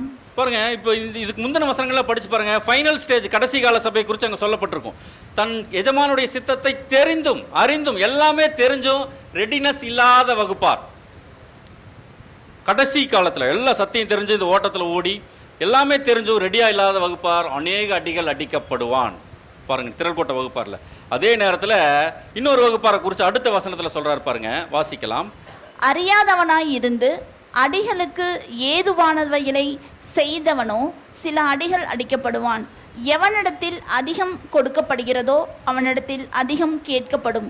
மனுஷர் எவனிடத்தில் அதிகமாய் ஒப்புவிக்கிறார்களோ அவனிடத்தில் அதிகமாய் கேட்பார்கள். பாருங்க, இன்னொரு வகுப்பார் அந்த அளவுக்கு தெரியல, ஆனா அவர்களுக்கும் அங்க அடிக்கப்படுறாங்க. ஒரு உபத்திரவத்துக்குள்ள அங்க போறாங்க. ஸோ ரெண்டு விதமான வகுப்பார் இருக்கிறதா சில சகோதரர்கள் இதெல்லாம் நம்ம மேற்கோள் காட்டுறாங்க இந்த வசனங்களும். சரி, இப்போ என்ன நம்ம கவனிக்க வேண்டிய விஷயம் அப்படின்னா, இப்போ திரள் கூட்ட வகுப்பார் இவங்க கடைசியாக என்ன பண்ண போகிறாங்க அப்படின்னு நம்ம கொஞ்சம் பார்த்தோம்னா பாருங்கள், எரேமியா 51:6 நம்ம வாசிச்சோம் இல்லைங்களா? இப்போ கடைசியாக பாபிலோன் அக்கிரமத்தில் சங்காரமாகாதபடிக்கு வெளியே வந்திருக்கேன்னு சொல்கிறார். ஸோ வெளியே வராங்க கடைசி இந்த திரள் கூட்ட வகுப்பார். இப்போ இவங்க என்ன பண்ண போகிறாங்களாம் பாருங்கள். இவங்க வெளியே வந்தவொன்னு ஆல்ரெடி நம்ம பார்த்தோம் இல்லைங்களா? போதிக்கிறவன் இல்லாவிட்டால் எப்படி விசுவாசிப்பார்கள்? ஒரு வகுப்பார் அங்கே ஹோலி ரெமனன்ட் பீப்புள்ஸ் அங்கே எருசலேமில் அங்கே மாட்டிட்டு இருப்பாங்க. ஸோ அவர்கள் தேவனுடைய பாதுகாப்பில் அங்கே இருப்பாங்க. அவர்கள் எப்படி மீட்கப்படுவார்கள்னா இயேசு கிறிஸ்துவை விசுவாசிக்கணும். இயேசு கிறிஸ்துவை எப்படி விசுவாசிக்க முடியும்? யாராவது ஒருத்தர் போய் சொல்லணும். இது ஒரு சைடு நிற்குது. இப்போ இந்த பக்கம் பாருங்க, திரள்கூட்ட வகுப்பார் கடைசி காலத்தில் ஒரு மேஜர் ஒரு குரூப் வெளியே வராங்க. இப்போ இவர்கள் எல்லாம் என்ன பண்ண போறாங்க அப்படின்னா, மொத்தமாக அந்த திரள்கூட்ட வகுப்பார் பாருங்க, நான் 51ஆம் அதிகாரத்தில் வெளியே வரதை குறித்து 6ஆம் வசனம் சொல்லப்பட்டிருக்கும் பாருங்க. அப்படியே சொல்லிட்டு வரும்போது 10ஆம் வசனத்தில் அங்கே என்ன பண்றாங்கன்னு சொல்லப்பட்டிருக்கு பாருங்க, வாசிக்கலாம். எரேமியா 51:10. கர்த்தர் நம்முடைய நீதியை வெளிப்படுத்தினார், நம்முடைய தேவனாகிய கர்த்தரின் செயலை சீயோனில் விவரிப்போம். பாருங்க, இவங்க வெளியே என்ன பண்ண போறாங்களாம், நம்முடைய தேவனாகிய கர்த்தரின் செயலை சீயோனில் விவரிப்போம் அப்படின்னு சொல்றாங்களாம். அப்படின்னு கவனிக்கலாம். இந்த சீயோன் எதை அடையாளப்படுத்துது? சீயோன்னா ஆவிக்குரிய இஸ்ரேலர்களையும் அடையாளப்படுத்தும், மாம்சீக இஸ்ரேலையும் அடையாளப்படுத்தும். அப்போ இந்த இடத்துல எதை அடையாளப்படுத்துறதுக்கு வாய்ப்பு இருக்குங்க? ஏன்னா ஆவிக்குரிய இஸ்ரேல் திரைக்கப்பால் போயிட்டாங்க, சபை நிறைவடைஞ்சிருச்சு. இப்போ சியோனில் விவரிப்போம்னு இவங்க சொல்றாங்க. அப்படின்னா இங்கே இருக்கிறது மாம்சீக இஸ்ரேலர் தான். பாருங்க, இவங்க தான் போய் அங்கே சியோன்லனா இப்போ யாருன்னா ஒரு வகுப்பார் அங்கே மாட்டிட்டு இருக்காங்க. இவர்கள் போய் அங்கே தேவனாகிய கர்த்தரின் செயலை அங்கே விவரிப்பாங்க. ஸோ இந்த திரள் கூட்ட வகுப்பார் இவங்க தான் போய் கடைசியாக இவர்கள் தங்களோட விட்னஸ் பண்ணி தங்களுடைய அந்த அழுக்காக்குன அந்த ஒரு ட்ரெஸ்ஸை, கரையாக்குன ஒரு ட்ரெஸ்ஸை ஆட்டுக்குட்டியானவருடைய ரத்தத்தில் அங்கே தோய்த்து வெளுக்கக்கூடிய வேலையை இவர்கள் தான் செய்கிறாங்க. இதற்கு வேற ஏதாவது வசன ஆதாரங்கள் இருக்கா? வேற எங்காவது ரெஃபரன்ஸ் இருக்கா பிரதர்? நமக்கு வேணும் இல்லைங்களா? பாருங்க, வேற ரெஃபரன்ஸ் எங்காவது இருக்கா அப்படின்னு கொஞ்சம் நம்ம பார்த்தோம்னா, உன்னத பாட்டில் ரொம்ப அருமையான ஒரு ரெஃபரன்ஸ் அங்கே கொடுக்கப்பட்டிருக்கு. பாருங்க, வாசிக்கலாம். 5ஆம் அதிகாரம் 6ஆம் வசனம். என் நேசருக்கு கதவை திறந்தேன், என் நேசரோ இல்லை, போய்விட்டார். அவர் சொன்ன வார்த்தையால் என் ஆத்துமா சோர்ந்து போயிற்று. அவரை தேடினேன், அவரை காணவில்லை. அவரை கூப்பிட்டேன், அவர் எனக்கு மறு உத்தரவு கொடுக்கவில்லை. பாருங்க, இது யாரை குறித்து சொல்லப்பட்ட வசனம்? பேசிக்கலே நம்ம பார்த்துருப்போம். போயிட்டார், சபை அழைப்பு அங்கே முடிஞ்சிருச்சு. திரள் கூட்ட வகுப்பார் பாருங்க, இவங்க என்ன சொல்றாங்களா, இதுக்கு முன்னாடி வசனங்களை படிச்சு பாருங்க. அவர் கூப்பிடும்போது சில வசனங்கள்லாம் இருக்கும், நம்ம ஆல்ரெடி நமக்கு படிச்சிருப்போம். இப்போ இவங்க விட்டுட்டாங்க, அந்த அழைப்பை விட்டுட்டாங்க. இப்போ நேசர் போயிட்டார், ஒரு உத்தரவும் அங்கே இல்லை. அதுக்கப்புறம் என்ன நடக்குது பாருங்க, திரள் கூட்ட வகுப்பார் மகாபத்திரவத்தில் அங்கே மாற்றாங்க. வாசிக்கலாம். உன்னத பாட்டு 5:7. நகரத்தில் திரிகிற காவலாளர் என்னை கண்டு என்னை அடித்து என்னை காயப்படுத்தினார்கள்.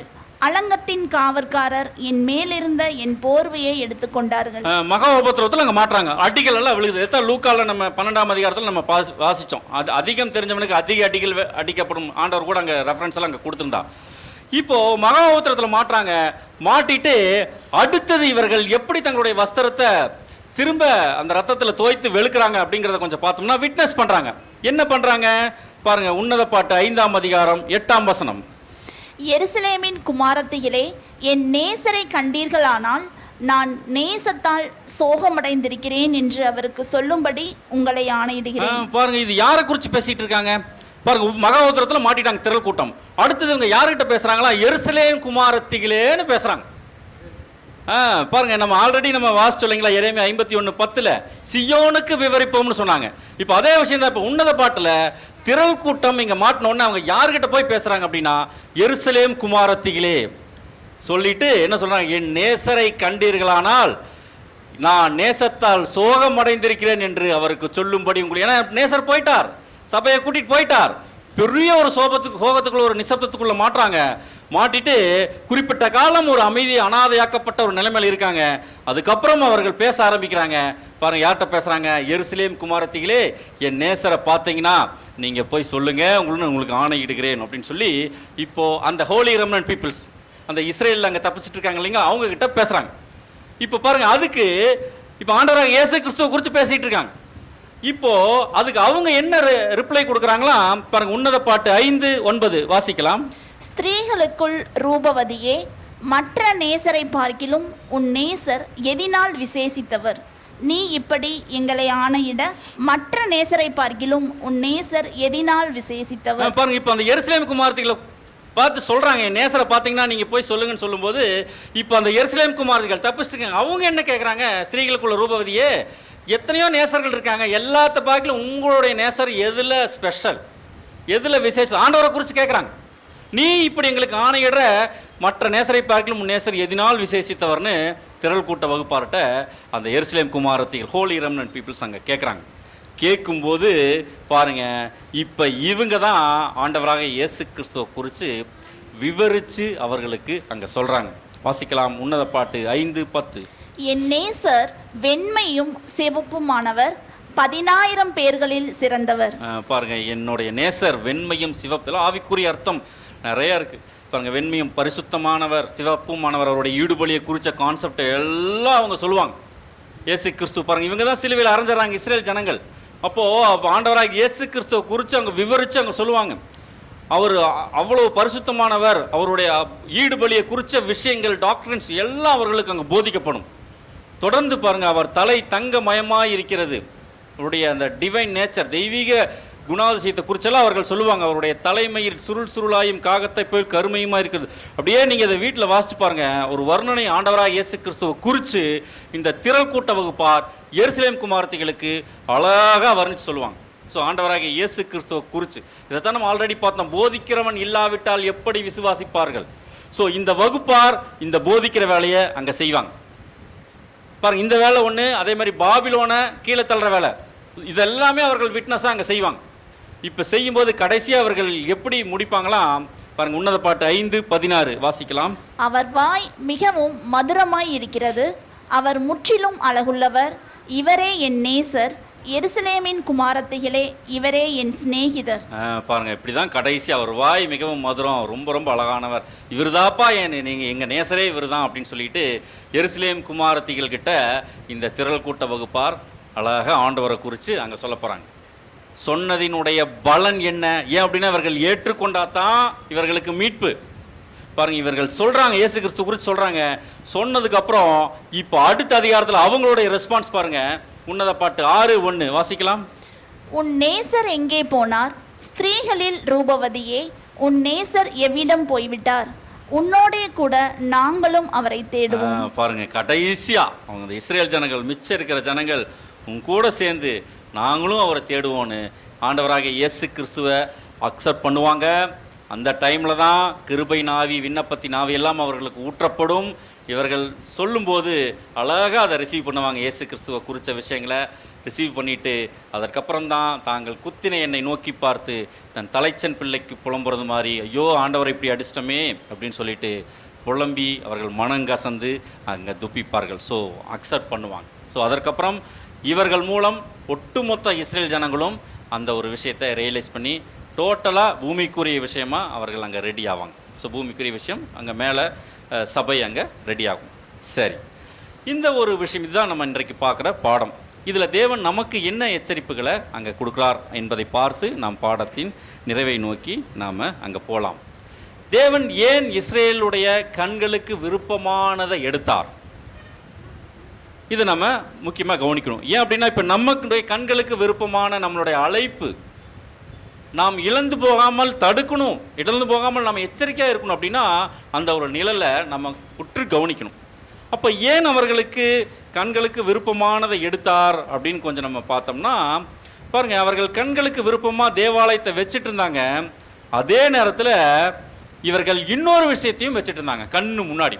ஒரு பக்கம் கண்களுக்கு விருப்பமான தேவனுடைய ஆலயம், அதே நேரத்தில் இவர்கள் செய்த தவறு என்ன அப்படின்னா இன்னொரு விஷயத்தையும் இவர்கள் கண்ணு முன்னாடி வச்சுட்டு இருந்தாங்களாம். அது என்ன பாருங்க, எசேக்கியேல் 20ஆம் அதிகாரத்தில் இவர்களுடைய விஷயங்கள் அப்படியே அழகாக சொல்லிட்டு வருவார். வீட்டில் ஃபுல்லாக படிச்சு பாருங்க. அதாவது எகிப்திலிருந்து கூட்டிகிட்டு வந்ததுலேருந்து கடைசி வரைக்கும் அங்கே சொல்லிட்டு வருவார். எசேக்கியேல் 20:6 வாசிக்கலாம். நான் அவர்களை எகிப்து தேசத்திலிருந்து அழைப்பேன் என்றும் அவர்களுக்காக நான் பார்த்து வைத்ததும் பாலும் தேனும் ஓடுகிறதும் எல்லா தேசங்களின் சிங்காரமுமான தேசத்திலே அவர்களை கொண்டு வந்து விடுவேன் என்றும் அந்நாளிலே ஆணையிட்டு. பாருங்க, எகிப்திலிருந்து நான் கூட்டிட்டு வருவேன், உங்களுக்கு கானானை கூட்டு வருவேன் ஆணையிட்டு என்ன சொல்லியிருக்காராம் பாருங்க, வாசிக்கலாம். உங்களில் அவரவர் தங்கள் கண்களால் நோக்கின அருவருப்புகளை தள்ளிவிட்டு எகிப்தின் நரகலான விக்கிரகங்களால் உங்களை தீட்டுப்படுத்தாதிருப்பீர்களாக. உங்கள் தேவனாகிய கர்த்தர் நான் என்று அவர்களோட சொன்னேன். பாருங்க, நீங்க எகிப்திலிருந்து கூட்டிட்டு வரும்போது அங்க என்ன சொல்லியிருக்காராம், அதையெல்லாம் விட்டுட்டு நீங்க கண்களால் பார்த்த அந்த அருவருப்புகளை விட்டுட்டு வாங்க அப்படின்னு சொல்லி அங்க கூப்பிடுறாராம். ஆனால் அவங்க என்ன பண்ணியிருக்காங்களாம் பாருங்க, அவர்களோ நான் சொன்னதை கேட்க மனசு இல்லாமல் எனக்கு ரெண்டகம் பண்ணிட்டாங்க. அவரவர் தாங்கள் கண்களால் நோக்கின அருவருப்புகளை தள்ளி போடாமல் அந்த எகிப்தினுடைய நரகலான விக்கிரகத்தை அவர்கள் அப்படியே வச்சுட்டு இருந்திருக்காங்க கண்ணு முன்னாடி. ஒரு பக்கம் தேவனுடைய ஆலயம், இன்னொரு பக்கம் அந்த கண்களால் பார்த்த அருவருப்பு, அதாவது தேவனுடைய பார்வையில் அருவருப்பு, இதை பிடிச்சிக்கிட்டு இருக்காங்க.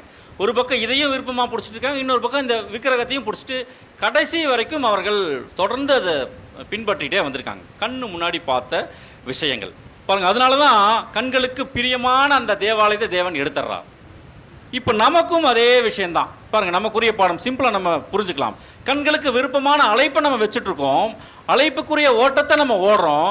அதே நேரத்தில் தேவனுடைய பார்வைக்கு அருவருப்பான விஷயங்களையும் நம்ம கண்ணு முன்னாடி வச்சுட்ருக்கோம். ரெண்டு விஷயத்தையும் வச்சுட்ருக்கோம். ஒரு பக்கம் விருப்பமான அழைப்பு, நாங்கள்லாம் தேவாலயமாக போகிறோம், கிறிஸ்துவோடு போய் எங்கள் ராஜாவை உட்கார போகிறோம், அந்த விஷயத்தையும் நம்ம வச்சுக்கிட்டு இன்னொரு பக்கம் உலக பிரகாரமான விஷயங்கள், விக்கிரக ஆராதனை அப்படின்னா அப்புறம் இஸ்ரேல் ஜனங்கள் ஏன் அதை பண்ணாங்க?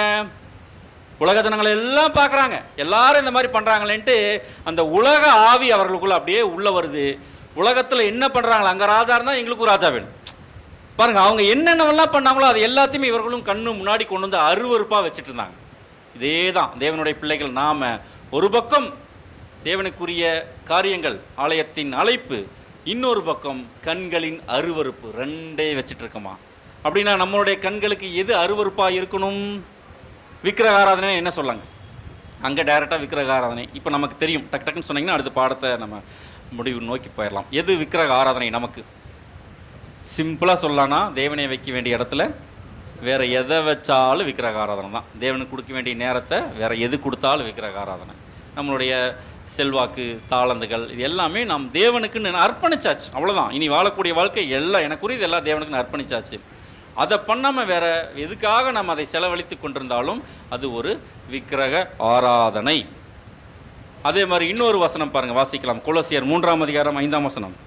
ஆகையால் விபச்சாரம், அசுத்தம், மோகம், துர் இச்சை, விக்கிரக ஆராதனையான பொருளாசை ஆகிய இவைகளை பூமியில் உண்டு பண்ணுகிற உங்கள் அவயவங்களை அழித்து போடுங்கள். விக்கிரக ஆராதனையான பொருளாசை திருவள்ளுவத்தில் பார்த்தீங்கன்னா பேராசைன்னு இருக்கும். இப்போ உலக பிரகாரமான ஆவிகள் தான் இதெல்லாம், பேராசை இதெல்லாமே உலகாவி. இஸ்ரேல் ஜனங்களை தான் உலகத்தை பார்த்து உலகாவி உலக கவலையில் இருந்தாங்க. அதே மாதிரி ஒருவேளை நம்ம அழைப்பையும் வச்சுட்டு இந்த உலக ஆவியில் உலக பிரகாரமான கவலையிலே நாம் உழன்று கொண்டிருந்தால் அவர்கள் கண்களுக்கு விருப்பமான ஆலயத்தை இழந்து போன மாதிரி நாமும் நம்மளுடைய ஆலயத்தின் அழைப்பை ஒரே அட்டியில் இழந்து போயிடுவோம். ஸோ அன்புக்குரிய சகோதரர், ரொம்ப ரொம்ப ஜாக்கிரதையாக இருக்கும். சாதாரணமான விஷயமாக தான் இருக்கும், ஆனால் உள்ளே போக போக நம்மளுடைய இழப்பு ரொம்ப பயங்கரமான ஒரு விஷயம். பாருங்கள், திரள் கூட்டம் ஒரு நிசப்தமான ஒரு நிலைமைக்குள்ளே போனாங்க. ஸோ இது முதல் பாயிண்ட். இன்னும் அடுத்தது பார்த்தோம்னா இன்னொரு 3 பாயிண்ட் நம்ம பார்க்கலாம். ஏன் அவர்கள் கண்களுக்கு விருப்பமான தேவாலயத்தை இழந்து போனார்கள் அப்படிங்கிற ஒரு விஷயத்தை. இதை நம்ம ஆல்ரெடி பார்த்தோம். ரோமரில் இஸ்ரேல் ஜனங்களை குறித்து அந்த ஹிஸ்ட்ரி எங்கள் அப்போஸ்தலனாகிய பவுல் சொல்லியிருப்பார் 10ஆம் அதிகாரம் 9, 10, 11 எல்லாம். இதில் ஏன் இவர்கள் கிபி 70 அந்த ஆலயத்தை இழந்து போனாங்க, ஏன் இயேசு கிறிஸ்து அவர்கள் ஏற்றுக்கொள்ளலை அப்படிங்கிற ஒரு கேள்விக்கான பதில அந்த ஒரு அதிகாரத்தில் அப்போஸ்தலனாகிய பவுல் நுணுக்கமாக அங்கே கொடுத்துருப்பார். பாருங்க, ஒரு 3 பாயிண்ட் நம்ம தொடர்ந்து பார்க்கலாம். ஏன் அவர்கள் இயேசு கிறிஸ்துவை ஏற்றுக்கொள்ளவில்லை? ரோமர் 10ஆம் அதிகாரம் 2ஆம் வசனம். தேவனை பற்றி அவர்களுக்கு வைராகியம் உண்டென்று அவர்களை குறித்து சாட்சி சொல்லுகிறேன். ஆகிலும் அது அறிவுக்கேற்ற வைராகியம் அல்ல. பாருங்க, இப்போ அவர்களுக்கு இஸ்ரேல் ஜனங்களை குறித்து பார்த்தோம்னா அவர்கள் ரொம்ப ரொம்ப வைராக்கியமுடைய ஜனங்களாக இருந்திருக்காங்க, அதாவது தேவன் மீது. ஆனால் அது எப்படி அந்த வைராக்கியம் அப்படின்னா தவறான வைராக்கியத்தை வச்சுட்டாங்க. தேவன் மீது வைராக்கியம் வைக்கிறேன்னு சொல்லிட்டு தேவனுடைய வார்த்தைகளுக்கெல்லாம் கீழ்ப்படியல. நாங்களாம் தேவனுடைய பிள்ளைகள் அப்படிங்கிற மாதிரி ஒரு தவறான வைராக்கியத்தை அவர்கள் வச்சுட்டாங்க. இது என்ன ஒரு தவறான வைராக்கியம் பாருங்க, அடுத்த வசனத்தில் ரோமர் 10:3 வாசிக்கலாம். எப்படி என்றால் அவர்கள் தேவ நீதியை அறியாமல் தங்கள் சுய நீதியை நிலைநிறுத்த தேடுகிறபடியால் தேவ நீதிக்கு கீழ்ப்படியாதிருக்கிறார்கள். தேவநீதி தேவனுக்கு கீழ்ப்படியல, ஆனா இவர்கள் இஷ்டத்துக்கு அவர்கள் தேவனை வைராக்கியமா வச்சுட்டு இவங்களுக்கு என்ன பிடிக்குதோ அதை மட்டும் செஞ்சுட்டு இருந்தாங்க. இது இன்னும் நம்ம புரிஞ்சுக்கலாம்னா இதே வசனத்தை திருவிவிலியத்தில் அங்க பாருங்க ரொம்ப அழகா சொல்லப்பட்டிருக்கும். ரோமர் 10:3 வாசிக்கலாம். அதாவது கடவுள் மனிதர்களை தமக்கு ஏற்புடையவர்களாக்கும் முறையை அறிந்து கொள்ளாமல் யூதர்கள் தங்கள் முயற்சியிலாலேயே அவருக்கு ஏற்புடையவர்களாக முயன்றார்கள். ஆகவே அவர்கள் கடவுளின் செயல்முறைக்கு தங்களை உட்படுத்தவில்லை. பாருங்க, ரொம்ப முக்கியமாக கவனிக்கலாம். அவர் என்ன சொல்றாரோ அதை நான் கேட்க மாட்டேன், எங்களுக்கு எது சௌகரியமா இருக்குதோ அதை நம்ம பயன்படுத்துறது. பாருங்க, இது எல்லாமே ஒரு தவறான வைராக்கியத்தினால வந்த விஷயங்கள். இந்த தவறான வைராக்கியத்தினால தான் உண்மையா வசனம் தங்களுடைய மேசியாவை குறித்து சொல்லப்பட்ட ஆழமான விஷயங்களை உணர்ந்து கொள்ள முடியாதபடி இவர்களுடைய கண்கள் குருடாக்கப்பட்டது. உண்மையா தேவன் என்ன சொல்றாரோ அதை கேட்டு இவர்கள் நடந்திருந்தாங்கன்னா சரியான வைராக்கியத்தில் இருந்திருப்பாங்க, இயேசு கிறிஸ்துவை அக்செப்ட் பண்ணியிருப்பாங்க. இவ்வளோ பெரிய இழப்பு. அதனால பாருங்க, இன்னைக்கு நமக்கும் அதே தான். இப்போ நாமும் சத்தியத்துக்குள்ள வந்திருக்கோம். நாம் சரியான வைராக்கியம் வச்சிருக்கோமா? சரியான வைராக்கியம்னா எப்படி நம்ம புரிஞ்சுக்கலாம்? பாருங்க, இதில் நம்ம சத்தியத்தில் நல்லா பக்குவப்பட்ட சகோதரர்கள் சில விஷயங்களை இடறி போவதற்கு அநேக வாய்ப்புகள் நம்ம கண்ணு முன்னாடி நம்ம பார்த்துட்டு இருக்கோம். என்ன அப்படின்னா, சரியான வைராக்கியம் அப்படிங்கிறது என்ன அப்படின்னா, நாம் கற்றுக்கொண்ட சத்தியத்தின் அடிப்படையில் வைத்திருக்கக்கூடிய ஒரு விசுவாசம் வைராக்கியம். கற்றுக்கொண்ட சத்தியம் பேசிக்ஸ் நம்ம கேட்டோம் இல்லைங்களா, அந்த ஒரு விஷயம் சார்ட் ஆஃப் த ஏஜஸ், அந்த சார்ட், அந்த அடிப்படையில் நாம் வைராக்கியம் கொண்டவர்களாக அங்கே இருக்கணும். கற்றுக்கொண்ட சத்தியம். சில நேரத்தில் சகோதரர்கள் என்ன பண்ணுவாங்க அப்படின்னா, வைராக்கியமாக இருக்கிறான் ஆனால் தேவனுக்குன்னு ஏதாவது வைராக்கியமாக இருக்குன்னு புதுசாக ஏதாவது கண்டுபிடிக்கணும்னு சொல்லி அப்படியே விலகி போயிடுவாங்க. ஆனால் அவருடைய மைண்டில் பார்த்தோம்னா மற்றவங்க எல்லாம் தப்புங்கிற மாதிரி இருக்கும். ஆனால் அவர்கள் ஏதோ புதுசாக கண்டுபிடிச்ச மாதிரி அந்த மாதிரி தவறான வைராக்கியத்தை நோக்கி அப்படியே போய் அவர்கள் பந்தய பொருளை இழந்து போகக்கூடிய பயங்கரமான ஒரு ஆபத்தில் மாட்டிக்குவாங்க. ஸோ தேவனுடைய பிள்ளைகள் எப்பவுமே நாம் வைராக்கியம் வச்சிருக்கணும். எப்படின்னா, அவருடைய வசனம் என்ன சொல்லுதோ அதற்கு கீழ்ப்படிந்து நம்மளுடைய வைராக்கியம் இருக்கணும். அவருடைய திட்டத்துக்கு ஒத்து நாம் ஒரு வைராக்கியம் காட்டணும். அதே நேரத்தில் இது நல்லா வளர்ந்த ஒரு நிலைமையில் இருக்கக்கூடிய சகோதரர்களுக்கு வரக்கூடிய பிரச்சனை. புதுசாக சில சகோதரர்கள் வருவாங்க. நீங்கள் கொஞ்சம் கவனிச்சிங்கன்னா கடைசி காலத்தில் இன்றைக்கி பார்த்தோம்னா அநேக சகோதரர்கள் வராங்க. இதில் என்ன ஒரு தவறு பண்ணிடுறாங்க அப்படின்னா, அநேக வைராக்கிய குறைவுகள் அங்கே ஜாஸ்தியாக இருக்குது. ஏன் அப்படின்னா, சத்தியத்தை ஃபஸ்ட்டு கற்றுக்கொள்ளும் போதே சரியான விதத்தில் அவங்க அண்டர்ஸ்டாண்ட் பண்ணிக்கிறது அங்கே இல்லை. அநேக ஆசீர்வாதங்கள் இந்த மாதிரியான விஷயங்கள் அங்கே இது மைண்டில் ஏற்றிக்கிட்டு இது ஒரு பலியின் ஜீவியம், பாடுகளின் மத்தியிலான ஊழியம் அப்படிங்கிறத ரியலைஸ் பண்ண தவறிடுறாங்க. செல்லும் செலவை கணக்கு பார்க்க தவறிடுறாங்க. புதுசாக இப்போ அதே மாதிரி சத்தியத்தை கற்றுக் கொடுக்குற சகோதரர்களும் என்ன பண்ணிடுறாங்க அப்படின்னா, பாருங்கள், கூப்பிட்டு வரவங்களுக்கெல்லாம் சத்தியம் சொல்கிறேன்னு சொல்லி ஒரு குரூப்பாக ஞானஸ்நானம் கொடுத்து முடிச்சிடறோம். அவர்கள் நீ அதுக்கப்புறம் பலியின் ஜீவியத்தில் ஓடும்போது பலவிதமான சோதனைகளுக்குள்ளே போகும்போது இடறி போய் விழுந்துடுறாங்க. அப்போ அவர்கள் வைத்திருந்த வைராக்கியம் குறைவுபட்டிருக்குது. உள்ளே வரும்போதே வைராக்கிய குறைவில் தான் வராங்க. செல்லும் செலவு கணக்கு பார்க்கல, நம்மளுடைய ஓட்டம் மரண பரியந்தம் ஓடணும், பலவிதமான பாடுகள் மத்தியில் ஓடணும் அப்படிங்கிறத ரியலைஸ் பண்ண தவறிறாங்க. ஸோ இது புதுசாக வரக்கூடிய சகோதரர்கள். ஏன் இவர்களுக்கு இந்த மாதிரியான வைராக்கிய குறைவு வருது அப்படின்னா, பாருங்கள், அவர்கள் சரியான விதத்தில் சத்தியத்தை அங்கே பருகாமல் போயிடுறாங்க, சரியாக அண்டர்ஸ்டாண்ட் பண்ணாமல் போயிடுறாங்க. இப்போ கிதியோன் விஷயத்தில் நம்ம பார்க்குறோம் இல்லைங்களா, 300 பேர் மாத்திரம்தான் கரெக்டாக கை கள்ளி அழகாக குடிப்பாங்க. மீதி 9,700 பேர் அங்கே தவறாக அங்கே சத்தியத்தை குடிப்பாங்க. பாருங்க, திரள் கூட்ட வகுப்பாரின் மிகப்பெரிய ஒரு குறைபாடு என்னன்னா, உள்ள ஃபஸ்ட்டு சத்தியத்துக்குள்ளே வரும்போதே அவர்கள் சரியான விதத்தில் சத்தியத்தை பருகுவது இல்லை. அப்போஸ்தலனாகிய பவுலெல்லாம் அநேக விதத்தில் சொல்லியிருக்கார். அநேக உபத்திரவங்களின் வாயிலாகத்தான் நாம் பரலோக ராஜ்யத்துக்குள்ளே போகணும் அப்படிங்கிற விஷயத்த புதுசாக வரும்போது அவர்களுக்கு மைண்டில் சரியாக அக்செப்ட் பண்ணுறதில்ல, சரியாக கேட்குறதில்ல. அவசரமாக உள்ளே வந்து நாங்களும் வரன்ட்டு ஞானஸ்நானம் எடுத்து உள்ளே வந்துடுறாங்க.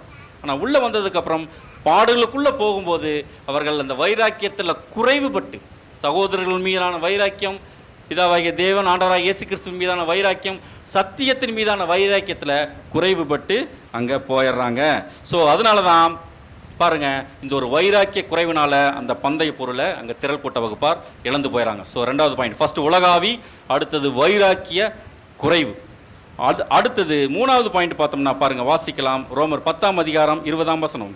அல்லாமலும் ஏசாயா, என்னை தேடாதவர்களாலே கண்டறியப்பட்டேன், என்னை விசாரித்து கேளாதவர்களுக்கு வெளியரங்கமானேன் என்று தைரியம் கொண்டு சொல்லுகிறான். பாருங்க, இந்த இஸ்ரேல் ஜனங்களை குறித்து பாருங்க, ஏன் அவர்கள் இழந்து போனாங்க அப்படிங்கிற ஒரு கேள்விக்குள்ள வரும்போது ஏசாயா தீர்க்கதரிசி சொல்றாரு பாருங்க, என்னை தேடாதவர்களாலே கண்டறியப்பட்டேன், என்னை விசாரித்து கேளாதவர்களுக்கு வெளியரங்கமானேன்.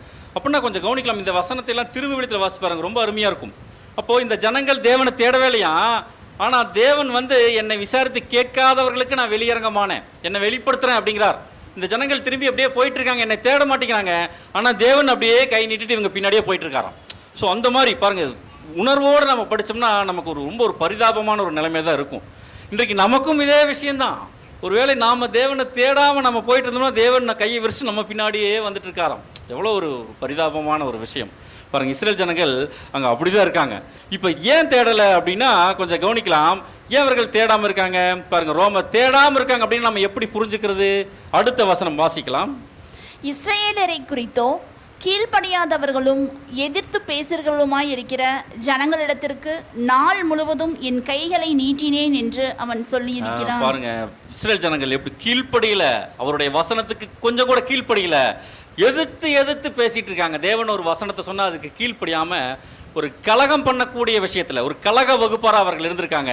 ஆனா இந்த ஜனங்கள் மத்தியில தான் தேவன் அப்படியே கையை ஓப்பன் பண்ணிட்டு பின்னாடியே போயிட்டு இருக்காரு. என் கைகளை விரிச்சிட்டு நான் இந்த ஜனங்கள் பின்னாடியே போறேன். அன்புக்குரிய சகோதர சகோதரி, ஒருவேளை நாமும் அவருடைய வசனத்துக்கு கீழ்ப்படியாம ஒரு எதிர்த்து பேசக்கூடிய ஒரு மனநிலைமையில் ஒரு கலகம், திரள் கூட்ட வகுப்பார் இப்படிலாம் இருப்போம், இந்த கேரக்டர்லாம் இருக்கும், அதுதான் நம்ம பார்த்துட்டு இருக்கோம்.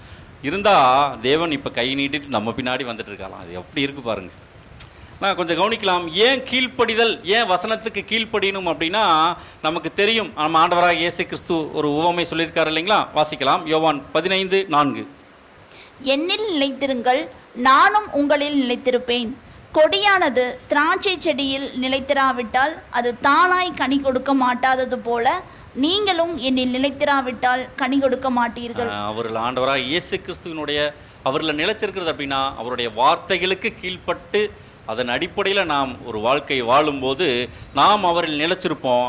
அவரில் நிலைச்சிருந்தோம், அவருக்கு கீழ்ப்படிந்து இருக்கோம் அப்படின்னா நாம் கனி கொடுக்கக்கூடியவர்களாக அங்கே இருப்போம். நாம் கனி கொடுக்கணும் அப்படின்னா அவருடைய வார்த்தைகளுக்கு கீழ்ப்படிதல் உள்ளவர்களாக அங்கே இருக்கும். ஸோ திரள் கூட்டம் கீழ்ப்படியாது எதிர்த்து பேசுகிறவர்களாகவும் சபையில் கலகம் பண்ணுகிறவர்களாகவும் அங்கே இருப்பார்கள். ஸோ இதுதான் இந்த ஒரு மூன்றாவது ஒரு பாயிண்ட். அடுத்தது நாலாவது கடைசியான ஒரு மிக மிக ஒரு ஆபத்தான ஒரு விஷயம் என்ன அப்படின்னு கொஞ்சம் பார்த்தோம்னா பாருங்கள், இஸ்ரேல் ஜனங்கள் ஏன் அதை இழந்து போனாங்க, இப்போ நாம் அதை இழந்து போகாமல் எப்படி காத்துக்கொள்வது? வாசிக்கலாம். ரோமர் 11ஆம் அதிகாரம் 9ஆம் வசனம். அன்றியும் அவர்களுடைய பந்தி அவர்களுக்கு சுருக்கும் கண்ணியும் இடதற்கான கல்லும் பதிலுக்கு பதிலளித்தலுமாக கடவுது. பாருங்க, ஏதோ பந்தி குறித்து சொல்றார். இஸ்ரேல் ஜனங்கள் ஏன் இடறி போயிட்டாங்க அப்படின்னா அவர்களுடைய பந்தியை அவர்களுக்கு ஒரு இடறதற்கான கல்லாவும் ஒரு கண்ணியாவும் மாறிடுச்சுங்கிறார். அப்படின்னா என்ன பந்தியை தேவன் அவர்களுக்கு கொடுத்திருந்தார்? பந்தினா நம்ம எப்படி புரிஞ்சுக்கலாம்? அந்த பந்தியே அவர்களுக்கு இடறி போயிட்டாங்களா? அதனாலேயே இடறி போயிட்டாங்களாம். நியாய பிரமாண கற்பனைகளா? அது பந்திக்கு ஒப்பிட்டு வருமா? தேவனுடைய சட்டத்திட்டங்கள். ஓகே, என்ன அப்படின்னா இது நம்ம ஒரு நிழலில் நம்ம பார்த்துருப்போம். பேசிக்கில் ஐஸ்வர்யவான் லாசரு ஊமையில் நம்ம பார்த்துருப்போம். அந்த ஊமையில் அப்போ இதில் நம்ம கொஞ்சம் பார்த்தோம்னா பாருங்கள், ஐஸ்வர்யவான் அங்கே சம்பிரமமாக வாழ்ந்துட்டு இருப்பார். லாசரு ஏதாவது கிடைக்காதா, ஒரு துணிக்கைகள் கிடைக்காதா அப்படின்னு சொல்லி அங்கே பார்த்துட்டு இருப்பார். பாருங்கள், அவர் மேஜையில் பந்தியில் இருப்பார். லாசரு அங்கே கீழே இருப்பார். இதுதான் லூக்கா 16:21 வாசிக்கிறோம் இல்லைங்களா? அவனுடைய மேஜையிலிருந்து விழும் துணிக்கைகளாலே தன் பசியை ஆற்ற ஆசையாக இருந்தான். ஸோ அந்த பந்தி அப்படிங்கிறது இஸ்ரேல் ஜனங்களுக்கு கொடுக்கப்பட்ட ஆசீர்வாதம். நம்ம அந்த பாடத்திலே பார்த்துருப்போம். இஸ்ரவேலர் அவர்களே, வாக்குத்தத்தங்கள் அவர்களுடையதே, தேவ ஆராதனைகள் எல்லாமே அவர்களுடையதே, பிதாக்கள் அவர்களுடையவர்களே. ஸோ தேவன் அவர்களுக்கு கொடுத்த அந்த வாக்குத்தத்தங்கள் ஆசீர்வாதங்கள், இதோ பந்தி. ஸோ மிகப்பெரிய ஒரு ஆசீர்வாதம். ஸோ இவர்கள் என்ன பண்ணிட்டாங்க அப்படின்னா, இந்த ஒரு ஆசீர்வாதத்தையே பார்த்துட்டு அவருடைய வசனங்களுக்கு கீழ்ப்படுகிறத விட்டுட்டாங்க. ஸோ இவர்களுடைய கண்ணில் மேஜராக எதை வச்சுருந்துருக்காங்கன்னா இந்த ஆசீர்வாதத்தை மாத்திரம் வச்சுட்டு இருந்திருக்காங்க. ஸோ நாங்கள்லாம் எல்லாரை காட்டிலும் மேன்மையானவர்கள், நாங்கள்லாம் உலகத்தையே அரசாட்சி பண்ண போகிறவங்க. ஸோ இந்த மாதிரியான விஷயங்களை மாத்திரம் பெருசாக எடுத்துட்டாங்க. உண்மையாக தேவனுடைய கற்பனைகள் பிரமாணங்களுக்கும் கீழ்ப்படிய தவறிட்டாங்க. அதன் விளைவு என்னாச்சு? இயேசு கிறிஸ்து தேவகுமாரன் அங்கே வரும்போது அவர்கள் ஏற்றுக்கொள்ளக்கூடிய மனநிலைமையில் மனக்கண்கள் குருடாக்கப்பட்ட ஒரு நிலைமைக்குள்ளே அங்கே போயிட்டாங்க. ஏன்? இவங்க கண்ணு முன்னாடி ஆசீர்வாதம் மாத்திரம் தான் இருந்துச்சு. நாங்கள்லாம் தேவனுடையவர்கள். ஸோ அந்த மாதிரியான ஒரு ஆசீர்வாதம் மாத்திரம் அங்கே வச்சுட்டு இருந்தாங்க. ஸோ இன்றைக்கி நமக்கும் இதே ஒரு பாடம் தான். இன்றைக்கு நாம் இந்த ஒரு அழைப்புக்குள்ளே வந்து ஓடிட்டு இருக்கோம். அவர்கள் இழந்து போயிட்டாங்க. நாம் இழந்து போகாமல் நாம் எப்படி நம்மளுடைய பந்தய பொருளை காத்துக்கொள்வது அப்படின்னு நம்ம பார்த்தோம்னா, இந்த ஒரு ஓட்டப்பந்தயத்தில் நாம் எதை வச்சுட்டு இருக்கோம் முன்னாடி? ரொம்ப ரொம்ப டேஞ்சர் தான் நம்ம இந்த ஒரு அழைப்புக்குள்ளே வந்த சகோதரர்களுக்கு. என்ன அப்படின்னா, நம்ம பாருங்கள், நம்மெல்லாம் திருச்சபை திருச்சபை திருச்சபை திருச்சபை இதே தான் மைண்டில் இருக்கும். எதை நம்ம பார்த்துட்டு இருப்போம்? இந்த ஓட்டத்தில் பரிசையே தான் முன்னாடி கண்ணு முன்னாடி வச்சுட்டு இருப்போம். நமக்கு வரப்போகிற அந்த ராஜரீகம், மேன்மையான ஆசீர்வாதங்கள், இதை தான் மைண்டில் வச்சுட்டு இருப்போம். நம்மளுடைய லக்கை நாம் விட்டடிச்சிடறோம். லக்கு என்னங்க? கிறிஸ்துவின் சாயலை அடைவது, கிறிஸ்துவாக மாறுவது. ஸோ இந்த லக்கை விட்டுட்டு நாம் பரிசு பொருளையே நம்ம கண்ணு முன்னாடி அந்த ஆசீர்வாதத்தையே நம்ம பெருசாக பார்த்துட்டு நாங்கள்லாம் சபை அப்படின்னு சொல்லிட்டு மற்ற ஜனங்களை, பெயர் சபை ஜனங்களை ஒரு மாதிரி ஒரு தாழ்வான நிலைமையில் பார்த்துட்டு நாம் ஒருவேளை பரிசையே பார்த்துட்டு இருந்தா நம்மளுடைய பந்தய பொருளை நாம் இழந்து போயிடுவோம். கண்ணு முன்னாடி நம்மளுடைய லக்கத்தை வைக்கணும். கிறிஸ்துவாக மாறக்கூடிய ஒரு விஷயத்தை தான் அங்கே வைக்கணும். ஏன் அப்படின்னா பாருங்கள், இந்த கிறிஸ்துவாக மாறக்கூடிய இந்த ஒரு லக்கை நம்ம கண்ணு முன்னாடி வச்சுருந்தோம்னா நாம் இடறி போகாமல் நாம் நம்மை காத்து கொள்ளலாம். ஸோ இதுதான் நமக்கு தேவன் அங்கே கொடுத்துருக்கிற ஒரு பாடம். ஒருவேளை நம்ம கிறிஸ்துவாக மாறக்கூடிய விஷயத்தில் நாம் முன்னோக்கி போனோம்னா தேவன் அதற்குண்டான பரீட்சைகள் நமக்கு கொடுப்பார், சோதனைகள் கொடுப்பார். சோதனைகள் இல்லாமல், உபத்திரங்கள் இல்லாமல் நாம் கிறிஸ்துவின் சாயலை தரித்து கொள்ள முடியாது. பாருங்கள், அங்கே எசேக்கியேல் படாத கஷ்டமா, சொந்த மனைவி மரித்து போன ஒரு நிலைமையில் உணர்வுகளை எல்லாம் கட்டுப்படுத்தி கொண்டு அந்த தேவன் சொன்ன அந்த ஒரு வார்த்தைக்காக ஒரு கம்ப்ளீட் சைலண்ட்டுக்குள்ளே இருந்த மாதிரி இப்போ நமக்கு வரக்கூடிய பலவிதமான சோதனைகள், ஆபத்துகள், இந்த ஒரு டைமில் நாமும் எந்த ஒரு ரியாக்ஷன் காட்டாமல் தேவன் பார்த்துட்டு இருக்கார், தேவன் நமக்கு இது விடுவித்து கொள்வார், ஏதோ ஒரு காரணத்துக்காக இந்த ஒரு அனுபவங்களை கொடுத்துருக்காருன்னு சொல்லிட்டு பாருங்கள், ஆமோஸ் 5:13 ஆகையால் புத்திமான அந்த காலத்திலே மௌனமாக இருக்க வேண்டும். அமைதியாக நாம் ஒரு தீமையான காலத்தில் நம்ம தேவனை மாத்திரம் விசுவாசித்து பற்றி கொண்டிருந்தா நாமும் இந்த வாய்ப்பை, இஸ்ரேல் ஜனங்க இழந்து போயிட்டாங்க, நாம் இந்த வாய்ப்பை இழந்து போகாமல் திருச்சபையின் பிள்ளைகளாக நம்ம ஆண்டவரண்ட போய் சேரலாம். பாருங்கள், இந்த ஒரு விஷயத்தில் தான் இஸ்ரேலரை குறித்து அங்கே கீழ்ப்படியாதவர்கள் எதிர்த்து பேசுகிற ஜனங்கள்கிட்ட தேவன் அங்கே கைகளை நீட்டிட்டு அப்படியே போகிறார். ஒருவேளை நாம் தேவனுக்கு கீழ்ப்படுகிறவர்களாக இருந்தால், ஒருவேளை நாம் இந்த ஆபத்தை நோக்கி நாம் போகும்போது தேவன் நம்ம கை நீட்டிட்டு வரார். இஸ்ரேல் ஜனங்கள் அப்படியே திரும்பிட்டு போயிட்டாங்க, தேவன் பின்னாடியே வந்துட்டு இருக்கார். நாம் கீழ்ப்படியக்கூடிய ஜனங்களாக இருந்தால் பாருங்கள், ஆதார வசனத்தில் வாசிச்சோம் இல்லைங்களா? 88ஆம் சங்கீதம் 9ஆம் வசனம் வாசிக்கலாம். துக்கத்தினால் என் கண் தொய்ந்து போயிற்று, கர்த்தாவே அனுதினமும் நான் உம்மை நோக்கி கூப்பிட்டு உமக்கு நேராக என் கைகளை விரிக்கிறேன். பாருங்கள், நாமும் தேவனை நோக்கி கைகளை விரித்து கொண்டு தேவனை நோக்கி ஓடும்போது இந்த ஆபத்துகளிலிருந்து தேவன் நம்மை விடுவிக்கிறார். தொடர்ந்து நாம் கிறிஸ்துவின் சாயலை தரித்து கொள்ளும்படி ஓட நமக்கு அனுக்கிரகம் செய்கிறார். கேட்ட சத்தியங்களின்படி நம்முடைய வாழ்க்கையை அமைத்துக்கொள்ள தேவன் தாமே நமக்கு கிருபை பாராட்டுவாராக. ஆமீன்.